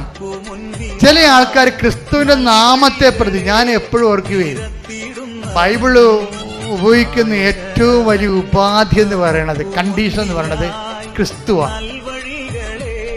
ഇങ്ങനെ കണ്ടീഷൻ വെച്ച് ലോകത്ത് ആരുമില്ല. ഒരു മത നേതാക്കന്മാരും കണ്ടീഷൻ വെച്ച് പറയാൻ പറ്റത്തില്ല. കണ്ടീഷൻ വെച്ച് ക്രിസ്തുവിന്റെ നാമത്തിൽ ഞാനത് ക്ഷമിക്കുന്നു എന്ന് പറയാൻ വേറെ ആരെക്കുറിച്ചും പറയാൻ പറ്റത്തില്ല. എന്താ കാര്യം? അവൻ നമുക്ക് വേണ്ടി അതുപോലെ ക്ഷമിച്ചത് കൊണ്ടാണ്, അവൻ നമുക്ക് വേണ്ടി അതുപോലെ സഹിച്ചത് കൊണ്ടാണ്, അവൻ്റെ സഹനത്തെ പിതാവ് ഏറ്റെടുത്ത് അവൻ ഉയർത്തെഴുന്നേൽപ്പിച്ചത് കൃപയും മഹത്വവും മാറ്റിയത് കൊണ്ടാണ് അവൻ വിലയുള്ളവനായി മാറണത്. അതുകൊണ്ട് നമ്മുടെ സഹനങ്ങൾ, നമുക്ക് പരാജയം തന്നവർ, നമ്മളെ സങ്കടപ്പെടുത്തിയവർ, അവരോട് നമ്മൾ ക്രിസ്തുവിൻ്റെ നാമത്തിൽ, അവൻ്റെ നാമത്തിലാണ് എല്ലാ സംഭവവും. അപ്പോഴേ ഒരു ഉടമ്പടിയോടുകൂടി അവൻ്റെ നാമത്തിൽ നമ്മളെല്ലാം എഴുതി തള്ളുകയാണ്. അങ്ങനെയാണെങ്കിൽ ഇന്ന് മുതൽ ഉടമ്പടി വർക്കൗട്ട് ആവും. ദൈവത്തിൻ്റെ സങ്കടം എന്ന് പറയുന്നത് എന്താണെന്ന് അറിയാവോ? ദൈവം പ്രവർത്തിക്കണതല്ല പ്രശ്നം, പ്രവർത്തിച്ചിട്ട് നമ്മൾക്ക് അത് അനുഭവിക്കാൻ പറ്റണില്ലല്ലോ എന്നുള്ളതാണ് പ്രശ്നം. മനസ്സിലായില്ലേ? ദൈവം പ്രവർത്തിക്കുന്നുണ്ട്, പക്ഷെ പ്രവർത്തിച്ചിട്ട് നമുക്കത് അനുഭവിക്കാൻ പറ്റണില്ല. ഇപ്പൊ ചില ആൾക്കാർ പറയുന്നില്ലേ, മരുന്ന് കയറണില്ല എന്ന് പറയും. ഇഞ്ചക്ഷൻ ഉണ്ട്, ഡോക്ടർ എഴുതി കൊടുത്ത ഇഞ്ചക്ഷൻ മാർക്കറ്റിൽ നിന്ന് വാങ്ങിച്ചിട്ടുണ്ട്, മെഡിക്കൽ സ്റ്റോറിൽ നിന്ന് വാങ്ങിച്ചിട്ടുണ്ട്, അത് കുത്തിവെക്കാൻ ഒരു നേഴ്സുണ്ട്. പക്ഷെ നേഴ്സിന് എന്താ സംഭവിച്ചിരിക്കണത്? പൾസ് കിട്ടണില്ലെന്ന്. അതാണ് പ്രശ്നം. ഞരമ്പ് കിട്ടണില്ല. ബാക്കി അവിടെ ഈ ഇതൊന്ന് ചിന്തിച്ചു നോക്കിയേ, നിങ്ങൾ ചിന്തിച്ചു നോക്കിയേ. അതായത് മരുന്നുണ്ട്, രോഗം കണ്ടുപിടിച്ചു, അതിന് മരുന്നുണ്ട്, മരുന്ന് അവൈലബിൾ ആണ്, അത് പൈസ കൊടുത്തത് വാങ്ങിച്ചു, അത് കുടിക്കാൻ വേണ്ടി ഡോക്ടർ കുടിച്ചു തന്നിട്ടാണ് നമ്മൾ വാങ്ങിച്ചത്. അതിനനുസരിച്ച് കുത്തിവെക്കാൻ വേണ്ടി നേഴ്സും വന്നിട്ടുണ്ട്. പക്ഷെ എന്താ പ്രശ്നം? ഞരമ്പ് കിട്ടണില്ല. അതാണ് പ്രശ്നം. അവിടെ ഇവിടെ ഇടിച്ചൊക്കെ നോക്കണം, തിരുമ്പി നോക്കണം, പക്ഷെ ഞരമ്പ് കിട്ടണില്ല.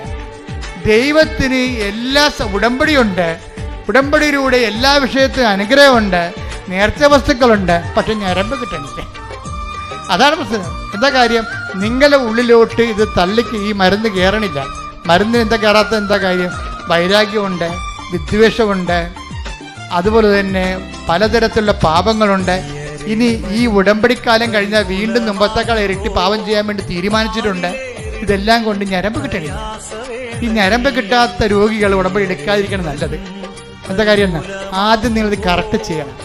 കാര്യം ഉടമ്പടി ഇന്ന് വരെ ഉള്ളതിൽ ഏറ്റവും ഉന്നതമായ മനുഷ്യരക്ഷാ പ്രവർത്തനത്തിൻ്റെ ദൈവിക നടപടിക്രമമാണത്. അപ്പം അതുകൊണ്ട് തന്നെ നിങ്ങൾ ക്രിസ്തുവിൻ്റെ നാമത്തെ പ്രതി ചില കാര്യങ്ങൾ ക്ഷമിച്ച് കളയണം, അല്ലെങ്കിൽ ഞരമ്പ് കിട്ടത്തില്ല. ക്രിസ്തുവിന്റെ നാമത്തെ പ്രതി നിങ്ങളോട് തന്നെയാണ് അപരാധം കാണിച്ചത്, ഒരു സംശയമില്ല. നിങ്ങളോട് തന്നെ അപരാധം കാണിച്ചത്, ഒരു സംശയമില്ല. അത് കണ്ടവരും വന്നവരും പോയവരും നിന്നവരും എല്ലാം നിങ്ങളോട് ചവിട്ടിക്കുട്ടിയാണ് പോയിരിക്കുന്നത്, ഒരു സംശയമില്ല. എല്ലാവരെയും മുമ്പിൽ കൊണ്ടുവന്നിട്ട് ഈ ഒരു ആളിന്റെ പേരിൽ, ഈ പാപത്തിന് വേണ്ടി പരിഹാരം ചെയ്തവന്റെ പേരിൽ, അവന്റെ പീഡാനുഭവങ്ങളോട് കൂട്ടിവെച്ചുകൊണ്ട് ഞാൻ യേശുക്രിസ്തു നേടാൻ വേണ്ടി എല്ലാം കുപ്പയായിട്ട് കരുതെന്ന് പറയാൻ നിവൃത്തിയായാൽ അപ്പോൾ ഉടമ്പടിയുടെ കൃപ കയറാൻ തുടങ്ങും, കരുന്ന് കയറാൻ തുടങ്ങും. യേശുക്രിസ്തുവിനെ പ്രതി ഞാനെല്ലാം കുപ്പയായി കരുതുന്നു. Take the word of God. Hallelujah hallelujah hallelujah യേശുവേ നന്ദി. Hallelujah hallelujah hallelujah. Philippi 3:8. Philippi 3:8. എന്റെ കർത്താവായ യേശുക്രിസ്തുവിനെ പറ്റിയുള്ള ജ്ഞാനം കൂടുതൽ വിലയുള്ളതാകയാൽ സർവവും നഷ്ടമായി തന്നെ ഞാൻ പരിഗണിക്കുന്നു. അവനെ പ്രതി ഞാൻ സകലവും നഷ്ടപ്പെടുത്തുകയും ഉച്ഛിഷ്ടം പോലെ കരുതുകയുമാണ്.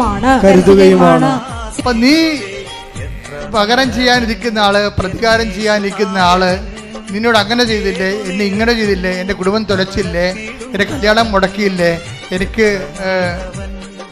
എൻ്റെ കുഞ്ഞുങ്ങളുടെ ഭാവി തുലച്ചില്ലേ, ഇങ്ങനെ ഇല്ലേ എന്ന് ചോദിക്കുന്ന ഓരോ വ്യക്തിയെപ്പോഴും ഈ നോൻപ് കാലത്ത് ക്രിസ്തുവിൻ്റെ നാമത്തിലെ ഉച്ഛിഷ്ടം പോലെ വേസ്റ്റായിട്ട് കരുതണമെന്നാണ്. കാര്യം അറിയാവോ, കർത്താവ് എന്താ പറയണത്?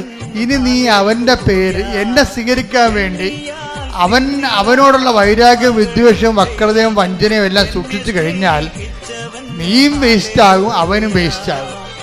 അതുകൊണ്ട് നീ എന്ത് ചെയ്യണം? എന്നെ പ്രതി അതെല്ലാം വേസ്റ്റായിട്ട് കരുതണം. വേസ്റ്റ് എന്ത് ചെയ്യും? കൊണ്ടേ കളയും, അല്ലെ കത്തിച്ച് കളയും, അല്ലേ? വേസ്റ്റ് നമ്മൾ എന്താ ചെയ്യണത്? അപ്പൊ ക്രിസ്തുവിനെ പ്രതി നിങ്ങൾ കരുതി വെച്ചിരിക്കുന്നത്, നിങ്ങളെ സങ്കടപ്പെടുന്ന വ്യക്തികളെ പൂർണ്ണമായിട്ട് നിങ്ങൾ എടുത്ത് കളയണം, വേണ്ടെന്ന് വെക്കണം. അതിന് ക്രിസ്തുവിനെ നേടാൻ വേണ്ടിയാണ്. അപ്പൊ ക്രിസ്തുവിനെ നേടാൻ വേണ്ടി നിന്റെ വൈരാഗ്യം, ശത്രുത, വിദ്വേഷം, പിന്നെ നിങ്ങളെ സുഖിപ്പിക്കുന്ന മദ്യപാനമോ അല്ലെങ്കിൽ വേറെ എന്തെങ്കിലും മയക്കുമരുന്നോ അല്ലെങ്കിൽ വേറെ തരത്തിലുള്ള എന്തെങ്കിലും തരത്തിലുള്ള ദൈവത്തിന് നിരക്കാത്ത ലൈംഗിക ബന്ധങ്ങളോ എന്തായാലും ശരി, അതെല്ലാം വേസ്റ്റായിട്ട് കരുതാൻ വേണ്ടിയാണ് നമ്മൾ കരിക്കുരിച്ചിട്ടിരിക്കണം നെറ്റിക്ക്. വേസ്റ്റായിട്ട് കരുതിക്കൊള്ളാമെന്നും പറഞ്ഞുകൊണ്ടാണ്. കാര്യം അതെല്ലാം പൊടിയാണ്, അവസാനം പൊടിയായിട്ട് മാറുക മാത്രമേ ഉള്ളൂ എന്ന്. അങ്ങനെ ഒരു തീരുമാനം എടുത്താൽ ഇന്നു മുതൽ ഉടമ്പടി ബേണാകാൻ തുടങ്ങും, ഫയറാകാൻ തുടങ്ങും. പ്രാർത്ഥിക്കുക. കർത്താവായ ദൈവമേ, ക്രിസ്തുവിന് നിരക്കാത്ത എല്ലാ അരൂപികളെയും ക്രിസ്തുവിനെ പ്രതി ഉച്ഛിഷ്ടം പോലെ കരുതുവാൻ എനിക്ക് അഭിഷേകം നൽകണമേ.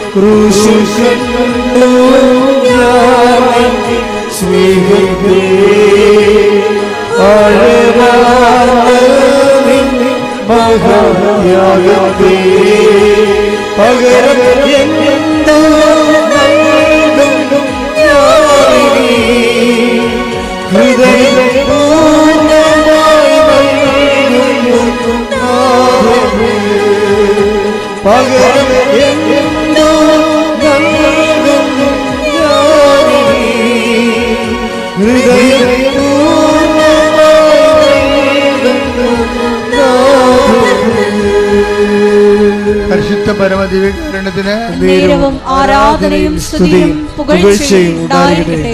പരിശുദ്ധ പരമദിവ്യകാരുണ്യത്തിന് നേരവും ആരാധനയും സ്തുതിയും പുകഴ്ചയും ഉണ്ടായിരിക്കട്ടെ. ഇപ്പൊ നിങ്ങൾ അനിത ടോമിയുടെ ചരിത്രം കേട്ടപ്പോൾ നമുക്ക് മനസ്സിലായില്ലേ? അനിത ടോമിയെ ഇറീന എന്ന് പറയുന്ന ഒരു പ്രേക്ഷിതയാണ് കൃപയിലേക്ക് കൊണ്ടുവരണം. പക്ഷെ അതിനേക്കാൾ വരി നമുക്ക് ചിന്തിക്കാനുള്ളത്, അവരെ സൈക്കാട്രിസ്റ്റ് അവരെ സൈക്കാട്രിലോട്ട് വിട്ടതാണ്, ഡിപ്രഷനാണെന്നും പറഞ്ഞുകൊണ്ട്. അവർ ക്യാൻസർ പേഷ്യൻ്റാണ്. ഇപ്പം ഇത്രയും ബുദ്ധിമുട്ട് നിൽക്കുന്ന ഒരു വ്യക്തി എങ്ങനെയാണ് ഇത്ര പെട്ടെന്ന് ഇന്ന് കാണുന്ന നിലവാരത്തിലേക്ക് ഉയർന്നത്? എങ്ങനെയാണ്? അത് മെഡിക്കേഷൻ കൊണ്ടല്ല, ശരിക്കും പറഞ്ഞ ഒരു സാങ്കേതികമായ നൈപുണ്യം കൊണ്ടല്ല, മറിച്ച് എന്താണ്? അതായത് നമ്മളെ കഴിഞ്ഞ ദിവസം നമുക്ക് കണ്ടതാണ്. അതായത് നമ്മളിപ്പോഴ് വെള്ളിയാഴ്ച ഉപവസിക്കുന്നവരുണ്ട്, ചൊവ്വാഴ്ച ഉപവസിക്കുന്നവരുണ്ട്, ഉടമ്പടി എടുക്കുക, അത് നോൻപിൻ്റെ ഉപവാസങ്ങൾ. ഉടമ്പടി എടുക്കുന്നവർ ബുധനാഴ്ച ഉപവസിക്കുക. അപ്പോൾ ശ്രദ്ധിക്കേണ്ട ഇതാണ്, ചൊവ്വാഴ്ച വെള്ളിയാഴ്ച ഉപവസിക്കേണ്ട നോൻപിൻ്റെ ഉപവാസം എന്ന് പറയുന്നത് വെള്ളിയാഴ്ചയാണ് സാധാരണ കൂടുതലായിട്ട് വരുന്നത്. അപ്പോൾ എല്ലാ ദിവസവും പച്ചരിക്കറി തന്നെ ഉപയോഗിക്കുന്ന ഒത്തിരി പേരുണ്ട്, സഭയിൽ ഒത്തിരി പേരുണ്ട്. പക്ഷേ നിങ്ങൾ നല്ല കാര്യമാണ് ചെയ്യണത്. പക്ഷേ പ്രാർത്ഥനാ ജീവിതവും അതുപോലെ തന്നെ സുവിശേഷ സാക്ഷ്യ ജീവിതവും അതനുസരിച്ച് ക്രമീകരിക്കണം. കാര്യം നോൻപും ജീവിതവുമായിട്ടാണ് കണക്ട് ചെയ്യേണ്ടത്. പച്ചക്കറി കഴിച്ചാൽ മാത്രമായ നോൻപെങ്കിൽ ഈ ആടൊക്കെ നേരത്തെ സ്വർഗത്തിൽ പോകേണ്ടതാണ്, അല്ലേ? അപ്പം അതൊക്കെ നമ്മളെപ്പോഴും ഓർക്കേണ്ട ഇതാണ്, ജീവിതത്തെ ബന്ധിക്കാതെ അഭ്യാസങ്ങളും ആചാരങ്ങളും കാണിച്ചാൽ വല്ല ഫലങ്ങളൊന്നും കാണത്തില്ല. അതുകൊണ്ട് ജീവിതബന്ധിയായിട്ട് വേണം ഈ വിഷയം എടുക്കാൻ. നോൻപ് കാലത്ത് നമ്മൾ ഗുരുതരമായ രീതിയിൽ യുദ്ധകാലടിസ്ഥാനത്തിൽ ദൈവത്തിലേക്ക് തിരിയുകയും, അതുകൊണ്ട് വചന വായനയും ഭയങ്കര സ്നേഹത്തോടെ വേണം വചനം വായിക്കാൻ.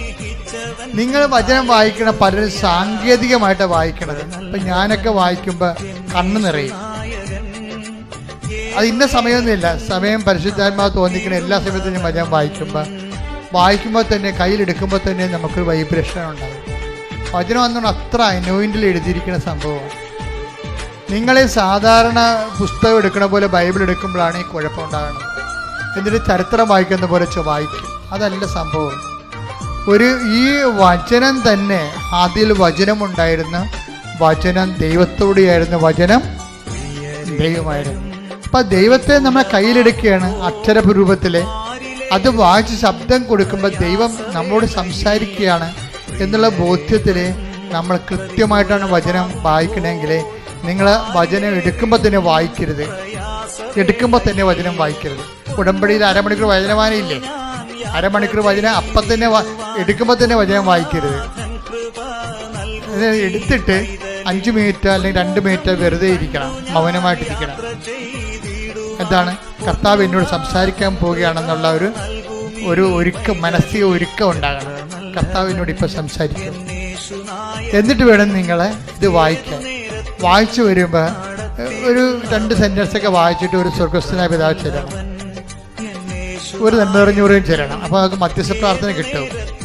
എന്നിട്ട് പിന്നെയും വായിക്കണം, പിന്നെ ഒരു സ്വർഗസ്ഥനായി ചെല്ലണം, ഒരു നന്മറിഞ്ഞൂറേയും ചെല്ലണം. കാരണം ഈ സ്വർഗസ്ഥനായ പിതാവ് നന്മറിഞ്ഞു പറയുക എന്ന് വെച്ചാൽ ഇട്ടിവിട്ട പ്രാർത്ഥനയാണ്, മുഴുവൻ വചനമാണ്.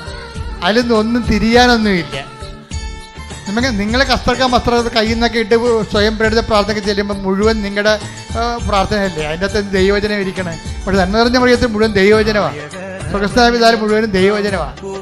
അപ്പോൾ ഇത് നമ്മൾ വചനമായിരിക്കുമ്പോൾ ദൈവവചനം തന്നെ പ്രാർത്ഥനയുടെ ഭാഗമാക്കാൻ നോക്കണം.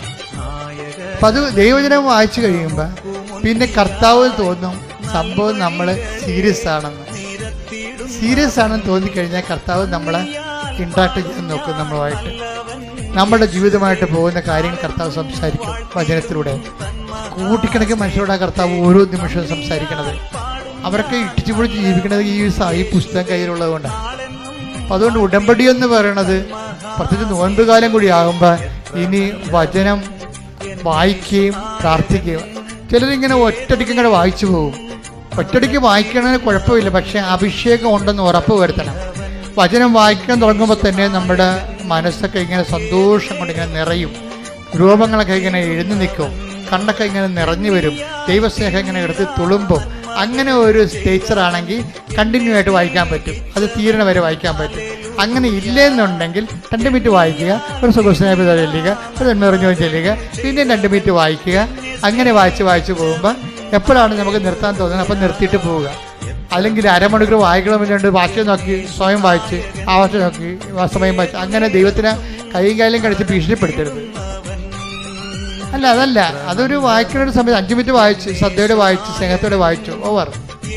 പിന്നെ നമുക്ക് സമയം കിട്ടുമ്പോൾ ഒന്നും പോയി വായിക്കണം.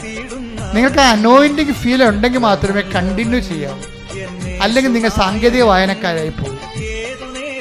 നിങ്ങൾക്ക് ഫീൽ ചെയ്യുന്നുണ്ടോ, ഓക്കെ ഞാൻ കർത്താവിൻ്റെ കൂടെയാണ്, കർത്താവ് എന്നോട് സംസാരിക്കുന്നുണ്ട്, ഞാൻ കർത്താവിനെ കേട്ടുകൊണ്ടിരിക്കുകയാണ് എന്നൊക്കെ തോന്നുകയാണെങ്കിൽ you can continue the reading. അല്ലെങ്കിൽ നിങ്ങളെ സ്റ്റോപ്പ് ചെയ്തിട്ട് നിങ്ങൾ നിങ്ങളുടെ ജോലിക്ക് പോവുക, എന്നിട്ട് ബാക്കിയുള്ളത് പിന്നെ ഒന്ന് ചെയ്യുക, അങ്ങനെ ചെയ്യുക. പക്ഷേ എന്നാൽ ഈ ടച്ച്, വചനത്തോട് ടച്ച് ചെയ്ത് നിൽക്കണം. ഇതെന്ത് സംഭവം എന്നറിയാമോ? നമ്മളിങ്ങനെ ദൈവത്തിന്, ഞാൻ പറഞ്ഞ മനസ്സിലാകുന്നുണ്ടല്ലോ അല്ലേ, ഇങ്ങനെ നമ്മൾ ദൈവത്തിൻ്റെ കൂടെയാണെന്ന് ദൈവത്തിന് തോന്നുകയാണ് ഏറ്റവും പ്രധാനപ്പെട്ട കാര്യം. അങ്ങനെ തോന്നിക്കഴിഞ്ഞാലുണ്ടല്ലോ എൻ്റെ മക്കൾ, നിങ്ങളിപ്പോൾ ചിന്തിക്കണത് എന്താണെന്നറിയാമോ? പിന്നെ അച്ഛനിങ്ങനെ പറഞ്ഞു, അച്ഛന് സമയമുണ്ട്, അച്ഛൻ വചനം വായിച്ചാൽ മതി, വീട്ടിൽ എന്തെല്ലാം പ്രശ്നം, മരുമകൾ തന്നെ പ്രശ്നമാണ് അവിടെ. പിന്നെ ഉണ്ട് ഇപ്പം അവൾ ബാംഗ്ലൂർ പോയി ആരാണ്ടൊരു ലൈൻ അടിച്ചെന്ന് കേട്ടു, ഇനി അതിൻ്റെ പ്രശ്നമാണ്. ഇങ്ങനെ 100,000 കെട്ടി, അതായത് ബാങ്കിൽ പഠിക്കാൻ വിട്ട മോളെ, അവൾ ലാൽ ബാഗിൽ പോയി എന്താ നമ്പർ കാണിച്ചതെന്ന് പറയണത്, അതെല്ലാം മെസ്സേജ് വന്നിട്ടുണ്ട്, അമ്മ ഇതുകൊണ്ട് പനിക്ക് വിഷമിച്ചിരിക്കുകയും. അപ്പോഴാണ് അപ്പം കുടിച്ചുകൊണ്ട് വരുന്നത്. ഇങ്ങനെ 100,000 സ്ഥലത്താണ് നമ്മൾ നിൽക്കണത്. അച്ഛനിങ്ങനെ വായിക്കാൻ പറഞ്ഞാൽ എങ്ങനെ വായിക്കാനാണ്, മുഴുവൻ പിശാചാണ് എന്നതെന്ന് പറയും. ഇതൊക്കെ ഞാൻ സമ്മതിച്ചു. പക്ഷേ നിങ്ങൾ ദൈവത്തിൻ്റെ കൂടെയാണെന്ന് ആദ്യത്തെ തന്ത്രം എന്ന് പറയണത്, എന്നിട്ട് നടപടി, നിങ്ങൾ ദൈവത്തിൻ്റെ കൂടെയാണെന്ന് ദൈവത്തെ ഒന്ന് ബോധ്യപ്പെടുത്തുന്നതാണ് ആദ്യ നടപടി. ഇപ്പം ഞാൻ അനിത ടോമിയുടെ കാര്യം പറഞ്ഞില്ലേ, അനിത ടോമി കുറച്ച് കഴിഞ്ഞപ്പോൾ കർത്താവിൻ്റെ കൂടെ മാത്രമായി. കർത്താവിനെ കുറിച്ച് ചിന്തിക്കുന്നു, പരിശുദ്ധ അമ്മയെക്കുറിച്ച് ചിന്തിക്കുന്നു, രോഗികളെക്കുറിച്ച് ചിന്തിക്കുന്നു, അനാഥരെക്കുറിച്ച് ചിന്തിക്കുന്നു, ഭർത്താവും ഭാര്യയും കൂടി ജോലി ശുശ്രൂഷ ചെയ്യുന്നു. അങ്ങനെ അവർ കർത്താവിൻ്റെ ജീവിതം ജീവിക്കാൻ തുടങ്ങിയപ്പോൾ പെട്ടെന്നൊരു ഫോൺ കോൾ. അനിത പറയണേ, ആ ഒറ്റ ഫോൺ കോളിലൂടെ ഞങ്ങളുടെ കുടുംബ പ്രശ്നം മൊത്തം തീർന്നു. അപ്പൊ എൻ്റെ അടുത്ത അത് ആ സാക്ഷ്യം കേട്ടപ്പോൾ എനിക്കെന്തോന്നറിയാവോ, അനിത എന്തുമാത്രം അനിതയെ ഡിപ്രഷനാക്കി കൊണ്ടുപോയി സൈക്കാട്രി തള്ളിയത് ഈ കുടുംബ പ്രശ്നമാണ്.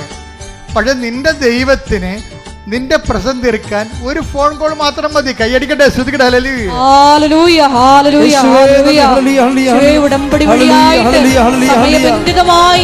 ഞങ്ങളോട് കരുണ കാണിക്കുന്ന അവിടുത്തെ സ്നേഹത്തിന് നന്ദി പറയുന്നു.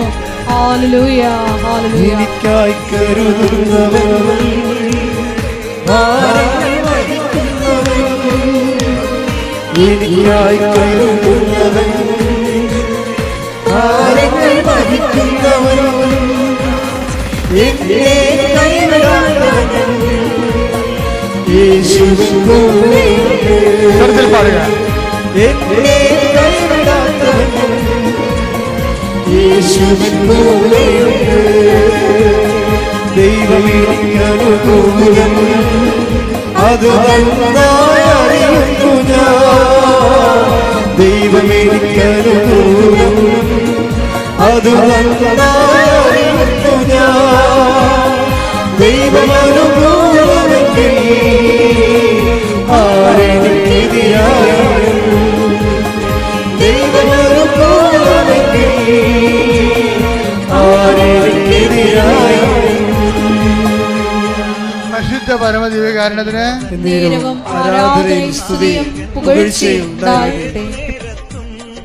ഐസയ്യാ 43:2 എന്താണ്? നീ അഗ്നിയിലൂടെ നടക്കും, പറഞ്ഞേ, നീ അഗ്നിയിലൂടെ നടക്കും, അഗ്നി നിന്നെ വിഴുങ്ങുകയില്ല. ആ ദൈവം പറയണതാണ്, വിഴുങ്ങണ്ടെന്ന് പറയണതാ. വിഴുങ്ങണ്ടെന്ന് പറയും. നമ്മൾ പ്രശ്നങ്ങളെ നമ്മളെ വിഴുങ്ങി. ഇപ്പൊ യോനാനെ ശിവങ്കലം വിഴുങ്ങിയില്ലേ? എന്നിട്ട് അത് ദഹിച്ചില്ലല്ല.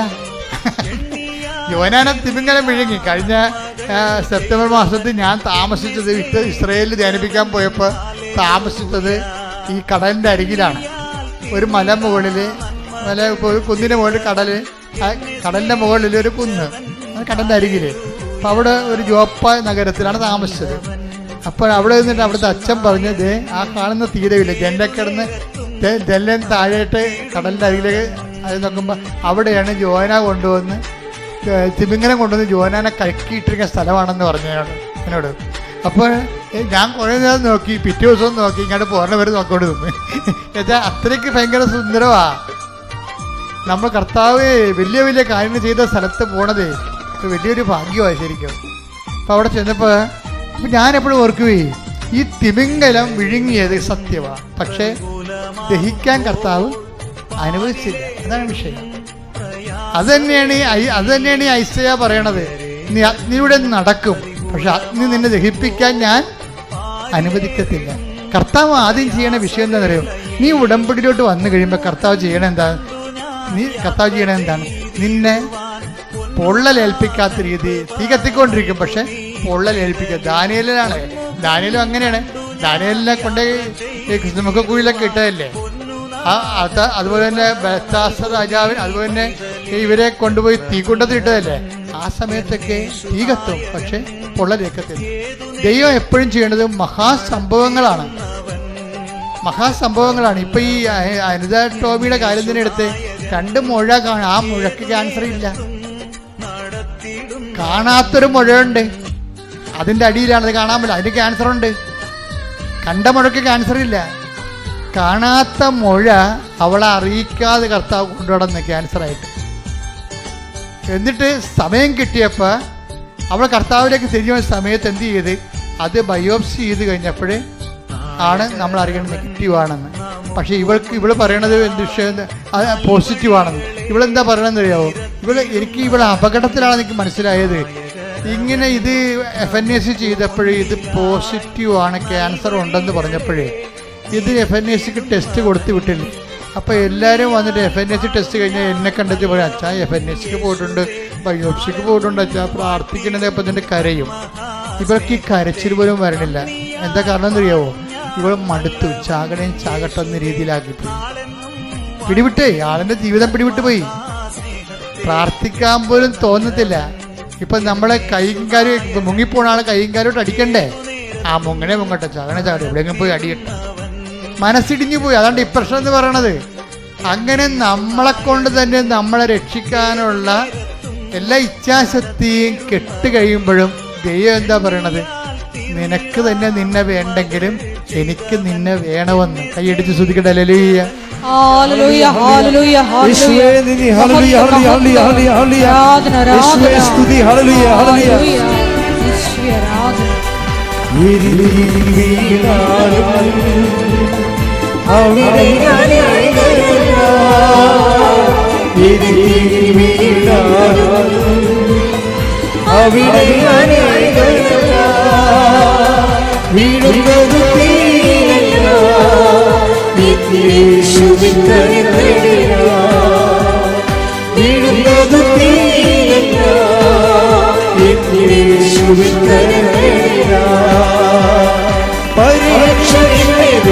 അനുവദിച്ച പരിഹാരമെനിക്കായി കരുതിയിട്ടുണ്ട്.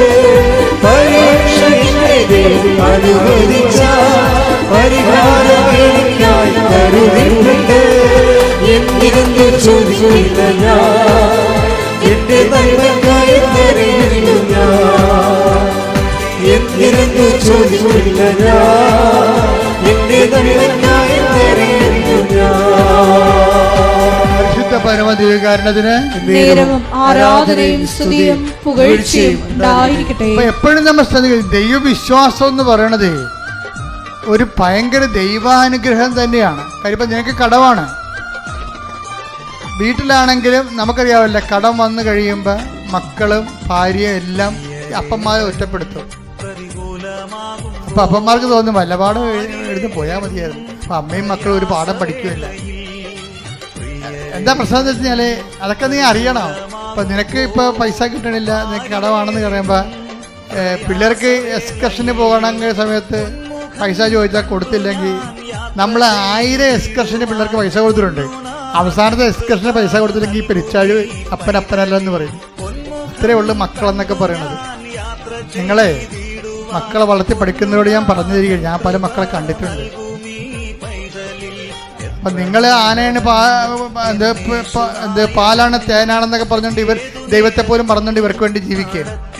പക്ഷെ നിങ്ങൾക്ക് എന്തെങ്കിലും സംഭവിച്ചു, നമ്മുടെ ജീവിതത്തിന് കാശിൻ്റെ കാര്യത്തിൽ എന്തെങ്കിലും സംഭവിച്ചു കഴിഞ്ഞാൽ അന്ന് ഈ ബന്ധങ്ങളെല്ലാം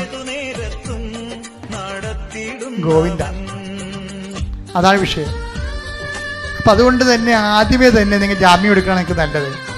അതുകൊണ്ടാണ് ദൈവം പറയണത്, കർത്താവ് ചോദിക്കില്ലേ, നിൻ്റെ ഭർത്താവിനേക്കാളും നിൻ്റെ ഭാര്യയെക്കാളും മക്കളെക്കാളും എന്നെ സ്നേഹിക്കുന്നുവോ എന്ന് ദൈവം ചോദിക്കുന്നുണ്ടെങ്കിൽ അങ്ങനെ സ്നേഹിക്കാൻ വേണ്ടി മാത്രം അവൻ പോന്നവനാണ്. കൈയടിച്ച് ശ്രദ്ധിക്കട്ടെ. ഹല്ലേലൂയ ഹല്ലേലൂയ ഹല്ലേലൂയ ഹല്ലേലൂയ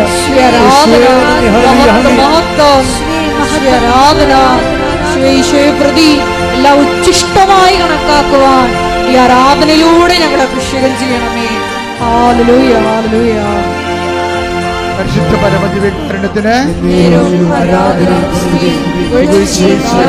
വിശ്വസിക്കാൻ തോന്നുന്നത് തന്നെ ഒരു ദൈവാനുഗ്രഹത്തിന്റെ ലക്ഷണമാണ്. പിന്നെ നിങ്ങൾക്ക് കറണ്ട് ഉണ്ട്, സിംഗിൾ ഫേസ് ആണെങ്കിലും ഉണ്ട്. ഇനി നിങ്ങളത് ബൂസ്റ്റ് ചെയ്ത് ഉടമ്പടിയിലോട്ട് വരുമ്പോൾ പെട്ടെന്നാണ് കത്തിപ്പിടിക്കണത്. അപ്പം നിങ്ങൾ ഇതിനെല്ലാത്തിനെയും അതിജീവിക്കും. ഒരു കാര്യം നമ്മൾ അനിത എന്ന് മനസ്സിലാക്കിയ കാര്യം വെച്ചാൽ അവൾക്ക് തന്നെ അവളെ വേണ്ടാത്ത സമയം ഉണ്ടായിരുന്നു. അവൾക്ക് തന്നെ അവളെ വേണ്ടാത്ത സമയം. അതാണ് ഇങ്ങനെ ഡിപ്രഷൻ അടിച്ചിട്ട് മരിക്കട്ടെ, അവർക്ക് ചെയ്താവും, എനിക്ക് ചെയ്താവില്ല, പിന്നെ എന്തിനാ നാട്ടുകാർക്ക് ചെയ്താവും എന്ന രീതിയിലേക്ക് വരുമ്പോഴും എന്താ പറ്റണത്? ആ ദൈവത്തിൻ്റെ ആ കുടുംബത്തിൽ, ഞാനിപ്പോൾ ഈ കുടുംബത്തിൻ്റെ ആധ്യാത്മികത എപ്പോഴും പറയുന്നത്, എൻ്റെ മക്കളെ, കുടുംബത്തിൽ ഇപ്പം പല വ്യക്തികൾക്കും പല സമയത്താണ് ഇതുപോലെ ന്യൂനമർദ്ദം ഉണ്ടാകണതേ. ന്യൂനമർദ്ദമാണല്ല നമുക്ക്, അതായത് നമ്മുടെ പവറെല്ലാം വേറെ സ്ഥലത്തേക്ക് പോവുകയും നമ്മൾ നിസ്സഹായമായി നിൽക്കുകയും ചെയ്യുമ്പോൾ മരണബോധം വന്ന് വലിച്ച് ഇവിടെ നമ്മൾ കയറി വരും. അങ്ങനെ വരുമ്പോഴാണ് നമുക്ക് ആത്മഹത്യനൊക്കെ തോന്നുന്നത്. പക്ഷെ ഒരു കാര്യമുണ്ട്, നമ്മൾക്ക് ഒരു കൃപ നമ്മുടെ കുടുംബത്തിലുണ്ടെങ്കിൽ ഇപ്പം ആചാരമൊക്കെ നടത്താം, പള്ളിയിൽ പോകാം, കുർബാനയ്ക്കുള്ള നടത്താം. ഇപ്പം ഞാൻ ചില സമയത്ത് ഓർക്കുവേ, ഈ കുർബാനയ്ക്കുള്ളപ്പാട്, പ്രത്യേകിച്ച് ലത്തിങ്ങാരുടെ ഇടയിലുള്ള കുർബാനയ്ക്കുള്ളപ്പാട് ഒരു 1-1.5 കുർബാനയ്ക്കുള്ളപ്പാടാണ്. അതിനെക്കാളും നല്ല കല്യാണം കഴിക്കണം തോന്നാം. എന്താ പ്രശ്നം വെച്ച് കഴിഞ്ഞാൽ ഒരു കല്യാണ വീട് പോലെയാണ്. പണ്ട് ഇത്രയും പ്രശ്നങ്ങളില്ലായിരുന്നു. പണ്ട് കുർബാനയ്ക്കുള്ളപ്പാടിന് തലയോട്ടോപ്പനും വരുന്നു, പള്ളി കൊണ്ടുപോകുന്നു, തിരിച്ചു വരുന്നു, തീർന്നു, ഒരു കാപ്പി കുടി കൊണ്ട് ചാപ്റ്റർ ക്ലോസ് ചെയ്യും. ഇന്നിപ്പോൾ 2.5 ലക്ഷം രൂപയൊക്കെ കടവാണ്. ഈശോ വന്നതിൻ്റെ പേരിൽ ഇവരെല്ലാം പിശാചുക്കളായിട്ട് മാറും. ഈശോ ആ കുടുംബത്തിൽ വന്നതിൻ്റെ പേരിൽ മാത്രം അമ്മയും അപ്പനും എല്ലാം പിശാചുക്കളായിട്ട് മാറും. ആ 2-3 ആഴ്ച ആ വീട്ടിലെ അവസ്ഥ കാണണം നിങ്ങൾ. മനഃപൂർവ്വം അറിഞ്ഞുകൊണ്ട് ദൈവത്തെ ചതിക്കണതാണത്. ഇങ്ങനെ കുർബാനയ്ക്കുള്ളപ്പാട് നടത്തി പാപികളായ ഭണ്ഡാരങ്ങൾ കുറേ എണ്ണം ഉണ്ട് സഭയിൽ. അപ്പം ഇങ്ങനെ നിങ്ങളിതെല്ലാം കണ്ടിട്ട് ഓരോ സംഭവങ്ങൾ കഴിയുമ്പോൾ ഇവർ വിശുദ്ധരാണെന്നോ ദൈവത്തിന് അടുപ്പമുണ്ടെന്നോ ഒന്നും അർത്ഥമില്ല. ഓരോ ആചാരങ്ങളും അർത്ഥം അറിയാതെ ആചരിച്ച് അനാചാരങ്ങളാക്കിയിട്ട് ആത്മഹത്യ ചെയ്യണ ആൾക്കാർ ചെയ്യണം.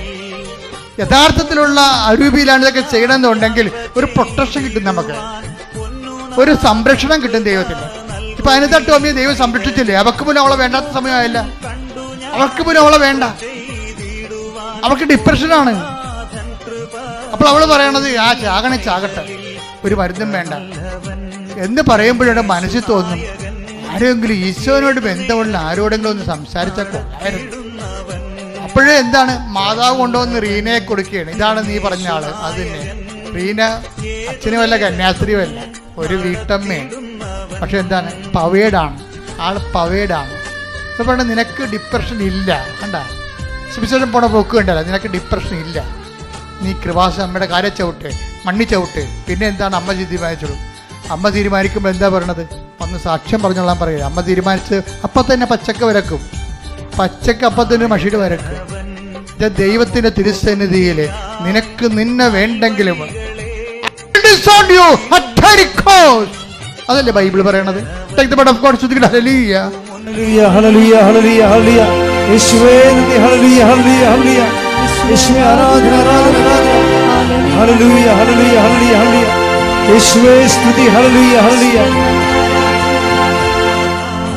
ഹെബ്രായർ 13:5. ഹെബ്രായർ 13:5.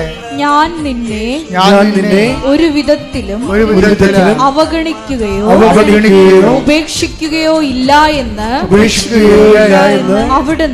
അവിടുന്ന് പറഞ്ഞിട്ടുണ്ടല്ലോ. അതാണ് അവിടുന്ന് പറഞ്ഞിട്ടുണ്ടല്ലോ. അതെപ്പോഴും ഓർക്കണം നമ്മള്. അവർ നേരത്തെ പറഞ്ഞതാണത്. ഞാൻ ഒരു കാരണവശാലും നിന്നെ ഉപേക്ഷിക്കുകയോ അവഗണിക്കുകയോ ചെയ്യത്തില്ല എന്ന് അവിടുന്ന് പറഞ്ഞിട്ടുണ്ടല്ലോ.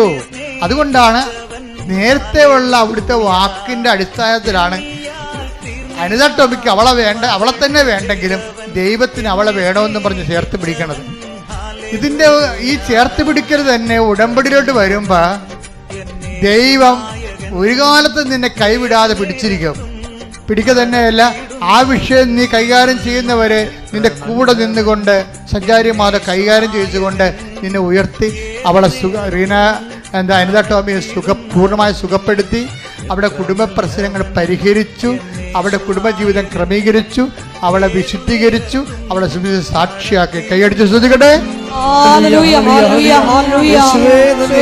ഉടമ്പടിയിലൂടെ അവളുടെ കുടുംബത്തെ തൊട്ട അവിടുത്തെ കാരുണ്യത്തിന് അമ്മയുടെ കരുതലിന് നന്ദി പറയുന്നു. Hallelujah, hallelujah.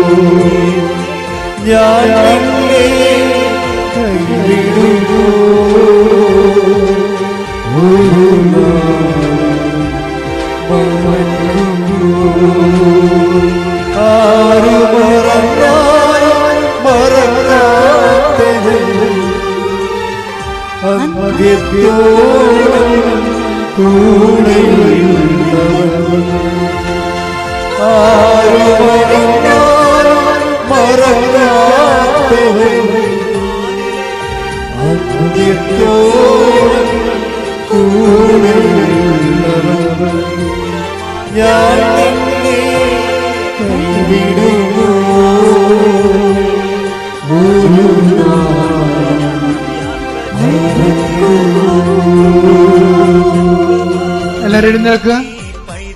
പരിശുദ്ധ പരമദിവ്യകാരുണ്യത്തിന് നേരവും ആരാധനയും സ്തുതിയും പുകഴ്ചയും ഉണ്ടായിരിക്കട്ടെ.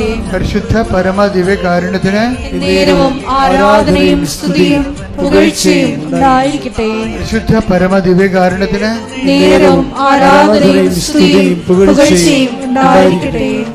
ഈ ആരാധനയിലൊക്കെ പറയുന്ന സന്ദേശങ്ങളെല്ലാം പിന്നീട് സാക്ഷ്യമായിട്ട് വരുന്നുണ്ട്. ഇന്നലെയും ഒരു സാക്ഷ്യമുണ്ട്. ആരാധനയിൽ നൽകിയ സന്ദേശമാണ്. അതുകൊണ്ട് തന്നെ വിശ്വാസത്തോടെ വേണം ഇതെല്ലാം ചെയ്യാൻ. അച്ഛൻ പ്രാർത്ഥിക്കും, മക്കള് അറിയാവുന്നൊരു വിശ്വാസപ്രമാണം ചൊല്ലിക്കൊണ്ട് സ്വരുത്തി പ്രാർത്ഥിക്കണം, അല്ലാത്ത സ്തുതിക്കണം. രോഗത്തിന്റെ ഓരോ രോഗങ്ങളും അച്ഛൻ പറയുന്നത് നിങ്ങളെ കൈകൾ മാറ്റി അച്ഛൻ്റെ പ്രാർത്ഥനയുമായിട്ട് കർത്താവ് തരണമനുസരിച്ച് മുന്നോട്ട് പോകും. നിങ്ങളെന്ത് ചെയ്യണം? നിങ്ങൾക്കുള്ള രോഗങ്ങൾ വ്യത്യസ്തമായ സ്ഥലങ്ങളിൽ കൈ മാറ്റി വെച്ചുകൊണ്ട് വിശ്വാസപ്രമാണം ചൊല്ലിക്കൊണ്ടിരിക്കണം. ഒരു സ്ഥലത്ത് തന്നെ കൈവച്ചുകൊണ്ടിരിക്കരുത്.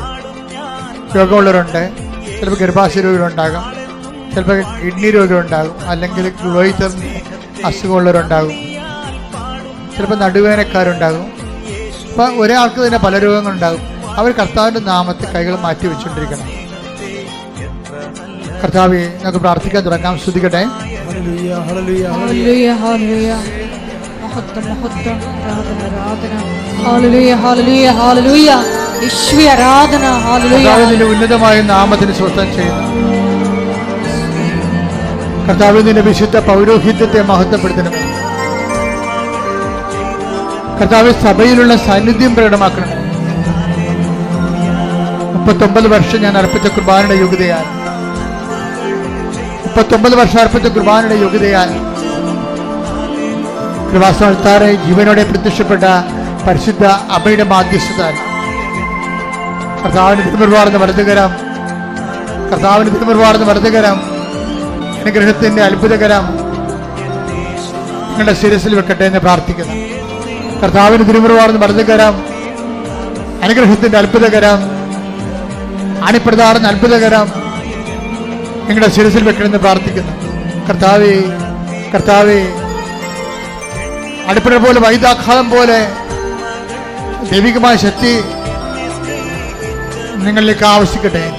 ഈശോ, ഈശോ, ഈശോ നിന്റെ വിശുദ്ധ പൗരോഹിത്യത്തെ മഹത്വപ്പെടുത്തണമേ. ഉദരരോഗികളെ നീ സുഖപ്പെടുത്തണമേ കർത്താവേ.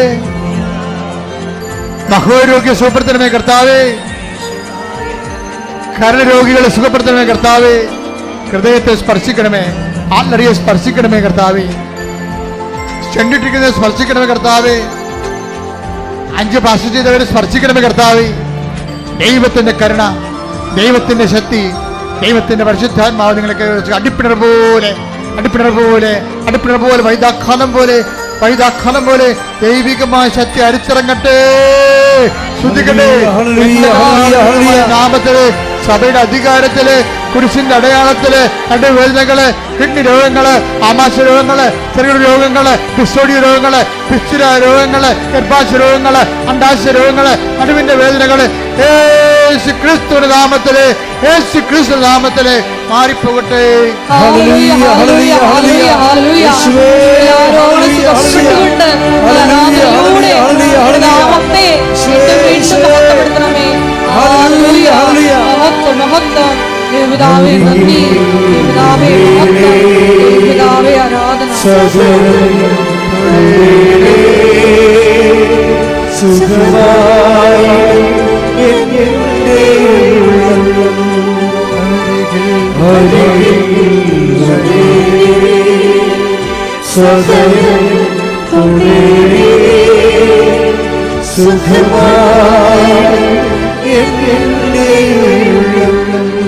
പരിശുദ്ധ പരമ ദിവ്യകാരുണ്യത്തിന്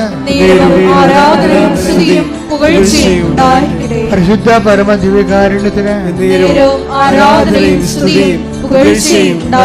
മക്കളെ, അമ്മ മാതാവ് മധ്യസ്ഥം വഹിച്ച മാതാവിന്റെ പ്രത്യക്ഷ ദർശനം നൽകിയ വിശുദ്ധമായ അൾത്താറയിൽ നടക്കുന്ന ആരാധനയിലാണ് ഈ ജീവിത ദുരിതങ്ങൾക്കെതിരെയുള്ള ദൈവികമായ ശാസ്ത്ര പ്രാർത്ഥന നടക്കുന്നതെന്ന് ഓർക്കണം നിങ്ങൾ.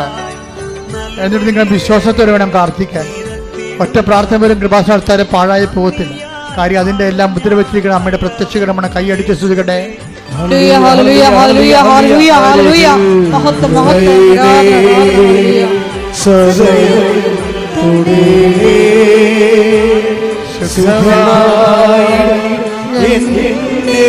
സ്വർത്തി പ്രാർത്ഥിക്കുക, സ്വർത്തി പാടുക.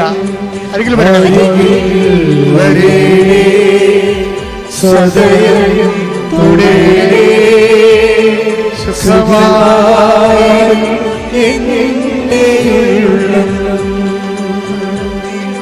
എന്റെ മക്കളെ, ജോലിയില്ലാത്തവർക്ക് വേണ്ടി അച്ഛൻ പ്രാർത്ഥിക്കാൻ തുടങ്ങുന്നു. ജോലി നഷ്ടപ്പെട്ടവര് ജോലി കിട്ടുമെന്നുള്ള ഒരു പ്രതീക്ഷയോടുകൂടി ക്യാൻസലാകാത്ത ലിസ്റ്റിൽ ആശ്രയിച്ചുകൊണ്ട് ജീവിക്കുന്നവരുണ്ട്. അവരെ ഇപ്പോൾ ആരാധനയെ സമർപ്പിക്കുന്നു. വിസ ഒത്തുവരാത്തവർ, വിസ നഷ്ടപ്പെട്ടവർ, വിസ പുതുക്കി കിട്ടാത്തവർക്ക് വേണ്ടി പ്രാർത്ഥിക്കുന്ന സമയമാണിത്. ഓരോ യാത്രയ്ക്ക് വേണ്ട, ജോലിക്ക് വേണ്ട രേഖകൾ സമാഹരിക്കുന്ന എല്ലാ വ്യക്തികളെയും ഇപ്പോൾ ഓർക്കുന്നു. അൾത്താറയിൽ യാത്രയ്ക്ക് വേണ്ട, ജോലിക്ക് വേണ്ട രേഖകൾ സമാഹരിക്കുന്നവർ ഓർക്കുന്നു. പരീക്ഷ എഴുതാൻ പോകുന്ന കുഞ്ഞുങ്ങളെ, എഴുതിക്കൊണ്ടിരിക്കുന്ന മക്കളെയും ഓർക്കുന്നു. അൾത്താറയിൽ നിങ്ങളുടെ കഴിവ് കൊണ്ടല്ല, ദൈവത്തിൻ്റെ കൃപ കൊണ്ട് നിങ്ങൾ പഠിക്കുന്ന മാത്രം വരുവാനും പഠിക്കുന്നതെല്ലാം പരീക്ഷ പ്രതിഫലിപ്പിക്കുവാനും ദൈവത്തിന് അനന്തമായ കാരുണ്യം മാതാവിന്റെ മധ്യസ്ഥ നിങ്ങൾക്ക് ലഭിക്കട്ടെ എന്ന് പ്രാർത്ഥിച്ചുകൊണ്ട് ശ്രദ്ധിക്കട്ടെ, ശ്രദ്ധിക്കട്ടെ, ശ്രദ്ധിക്കട്ടെ.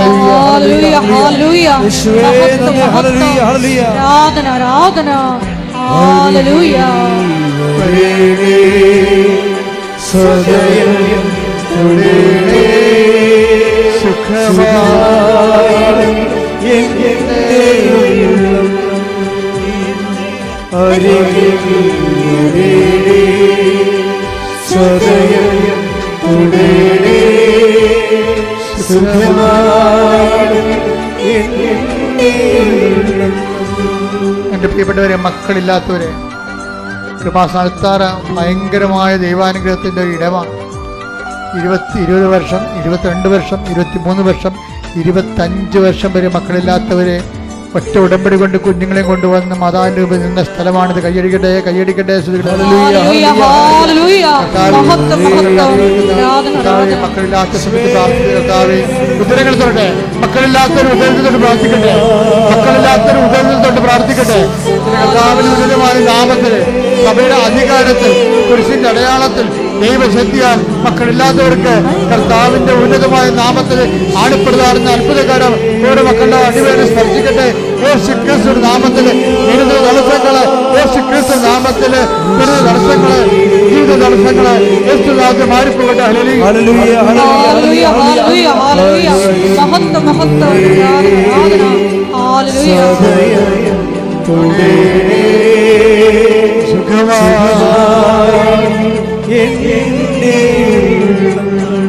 ജോലിക്ക് വേണ്ടി പരിശ്രമിക്കുന്നവരെ, യാത്രയ്ക്ക് വേണ്ടി ഒരുങ്ങുന്നവരെ, സ്ഥല വിൽപ്പന ആഗ്രഹിക്കുന്നവരെ, ജപ്തി നടപടി നേരിടുന്നവരെ, സ്ഥലം വാങ്ങുന്നതിനായി ആഗ്രഹിക്കുന്നവരെ, വീട് വിൽക്കാൻ ആഗ്രഹിക്കുന്നവർ, വീട് പണിയാൻ ആഗ്രഹിക്കുന്നവർ, വഴിക്ക് വേണ്ടി പരിശ്രമിക്കുന്നവർ, അങ്ങനെ എല്ലാ മേഖലകളും കർത്താവിൻ്റെ കരുണ, മാതാവിൻ്റെ മധ്യസ്ഥത്തിൽ കർത്താവിൻ്റെ ശക്തിയാൽ എല്ലാ തടസ്സങ്ങളും മാറാൻ ഇടിമുഴക്കം പോലെ ശ്രദ്ധിക്കട്ടെ.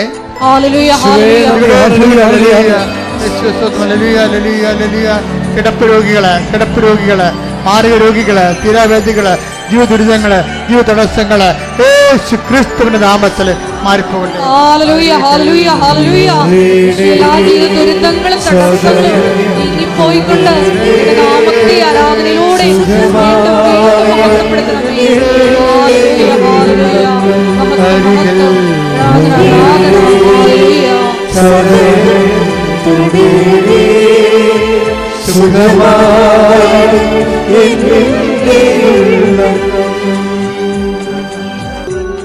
രണ്ടറിയിപ്പുകള്. ഒന്ന്, കർത്താവിനെ നമ്മുടെ ഉടമ്പടിയിൽ നമ്മൾക്ക് ലഭിക്കാനുള്ളത് നമ്മുടെ നിയോഗമാണ്, പക്ഷെ ദൈവത്തിന് കൊടുക്കാനുള്ളത് സാക്ഷ്യമാണ്. അതുകൊണ്ട് സാക്ഷ്യം ഒരിക്കലും വെച്ചോണ്ടിരിക്കരുത്. അത് കടമാണ്. പറയപ്പെടാത്ത സാക്ഷ്യം ദൈവദൃശ്യത്തിന് കടമായിട്ട് വരും. അതിന് നിന്റെ തരത്തിലുള്ള ഒരു നുട്ടായ യുക്തികളും വിലപ്പോകത്തില്ല. ദൈവത്തിന് അറിയാം കള്ളത്തരമാണെന്നറിയാം. അതുകൊണ്ട് പറഞ്ഞ കടം തീർക്കുക.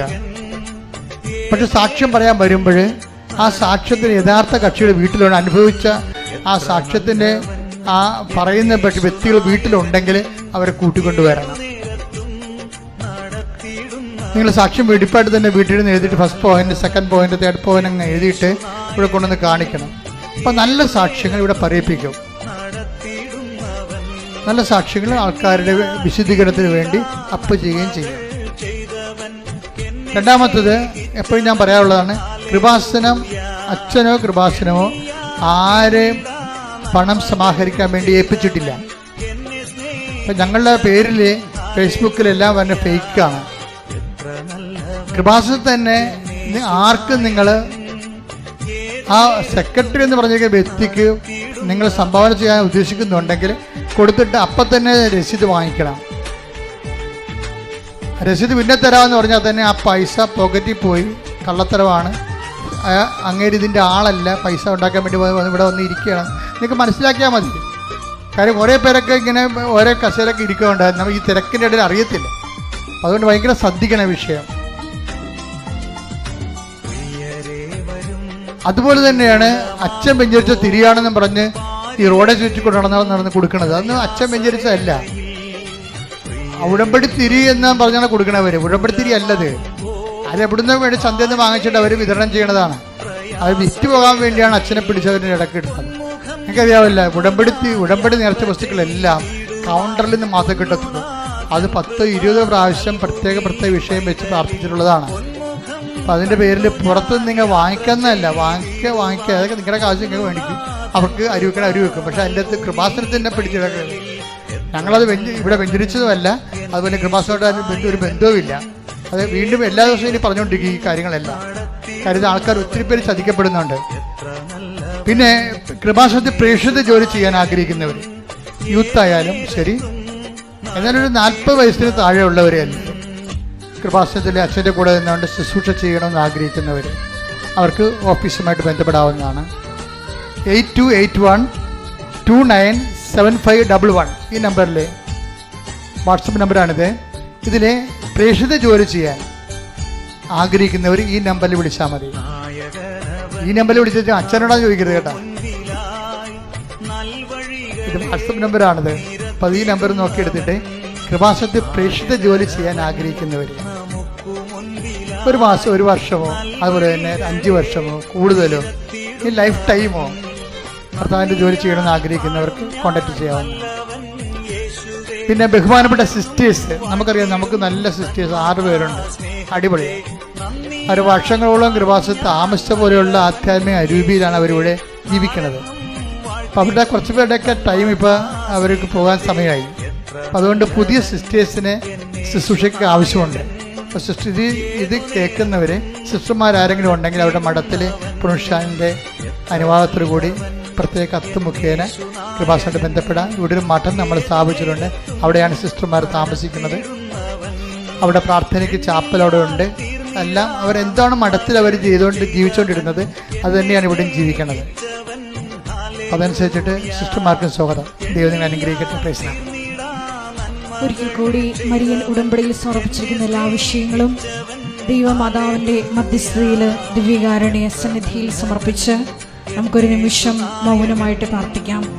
ഇന്നത്തെ ആരാധനയിലൂടെ ഈശോ നമ്മളോട് സംസാരിച്ചത്, ഒരു കാരണവശാലും നിന്നെ ഞാൻ ഉപേക്ഷിക്കുകയോ അവഗണിക്കുകയോ ഇല്ല എന്നാണ്.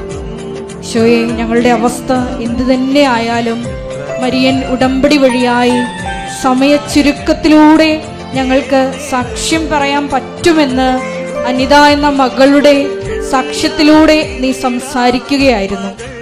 ദേവമാതാവിൻ്റെ പ്രത്യേക മധ്യസ്ഥതയിൽ ഞങ്ങളിപ്പോൾ കടന്നു പോകുന്ന എല്ലാ ജീവിത ദുരിതങ്ങളെയും സാക്ഷ്യമാക്കി, പരിശുദ്ധ അമ്മയുടെ പ്രത്യക്ഷീകരണത്തിൻ്റെ സ്ഥിരം സാക്ഷ്യമാക്കി മാറ്റണമേ എന്ന് പ്രാർത്ഥിച്ചുകൊണ്ട് ബഹുമാനപ്പെട്ട VP ജോസഫ് അച്ഛനെയും അച്ഛൻ്റെ പ്രത്യേകമായ എല്ലാ മിഷൻ ദൗത്യങ്ങളെയും ആരോഗ്യത്തെയും അൾത്താരയിൽ സമർപ്പിച്ചുകൊണ്ട് നമുക്ക് ശിരസ് നമിച്ച് ദിവ്യകാരുണ്യനാഥൻ്റെ ആശീർവാദം സ്വീകരിക്കാം.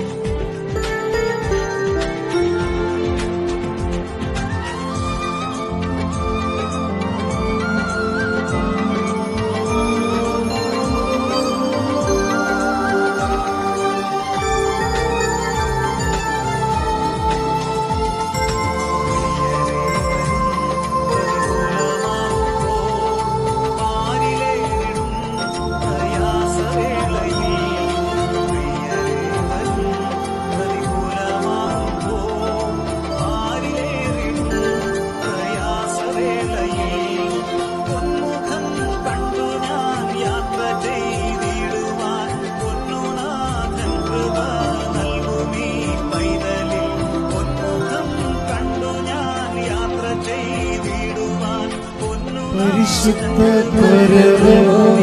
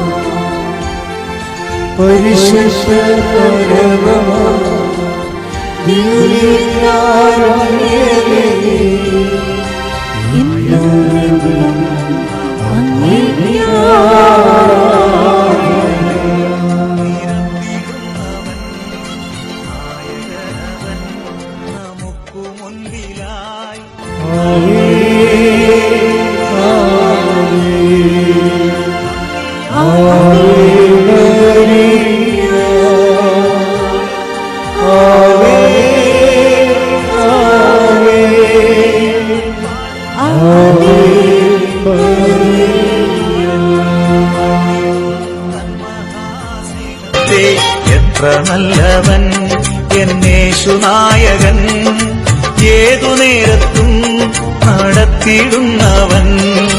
എത്ര നല്ലവൻ എന്നേശുനായകൻ, ഏതു നേരത്തും നടത്തിയിടുന്നവൻ. എണ്ണിയാൽ തീർന്നിടാ നന്മകൾ ചെയ്തവൻ, എന്നെ സ്നേഹിച്ചവൻ ഹാലേലൂയ. എണ്ണിയാൽ തീർന്നിടാ നന്മകൾ ചെയ്തവൻ, എന്നെ സ്നേഹിച്ചവൻ, ഹാലേലൂയ. എത്ര നല്ലവൻ എന്നേശുനായകൻ.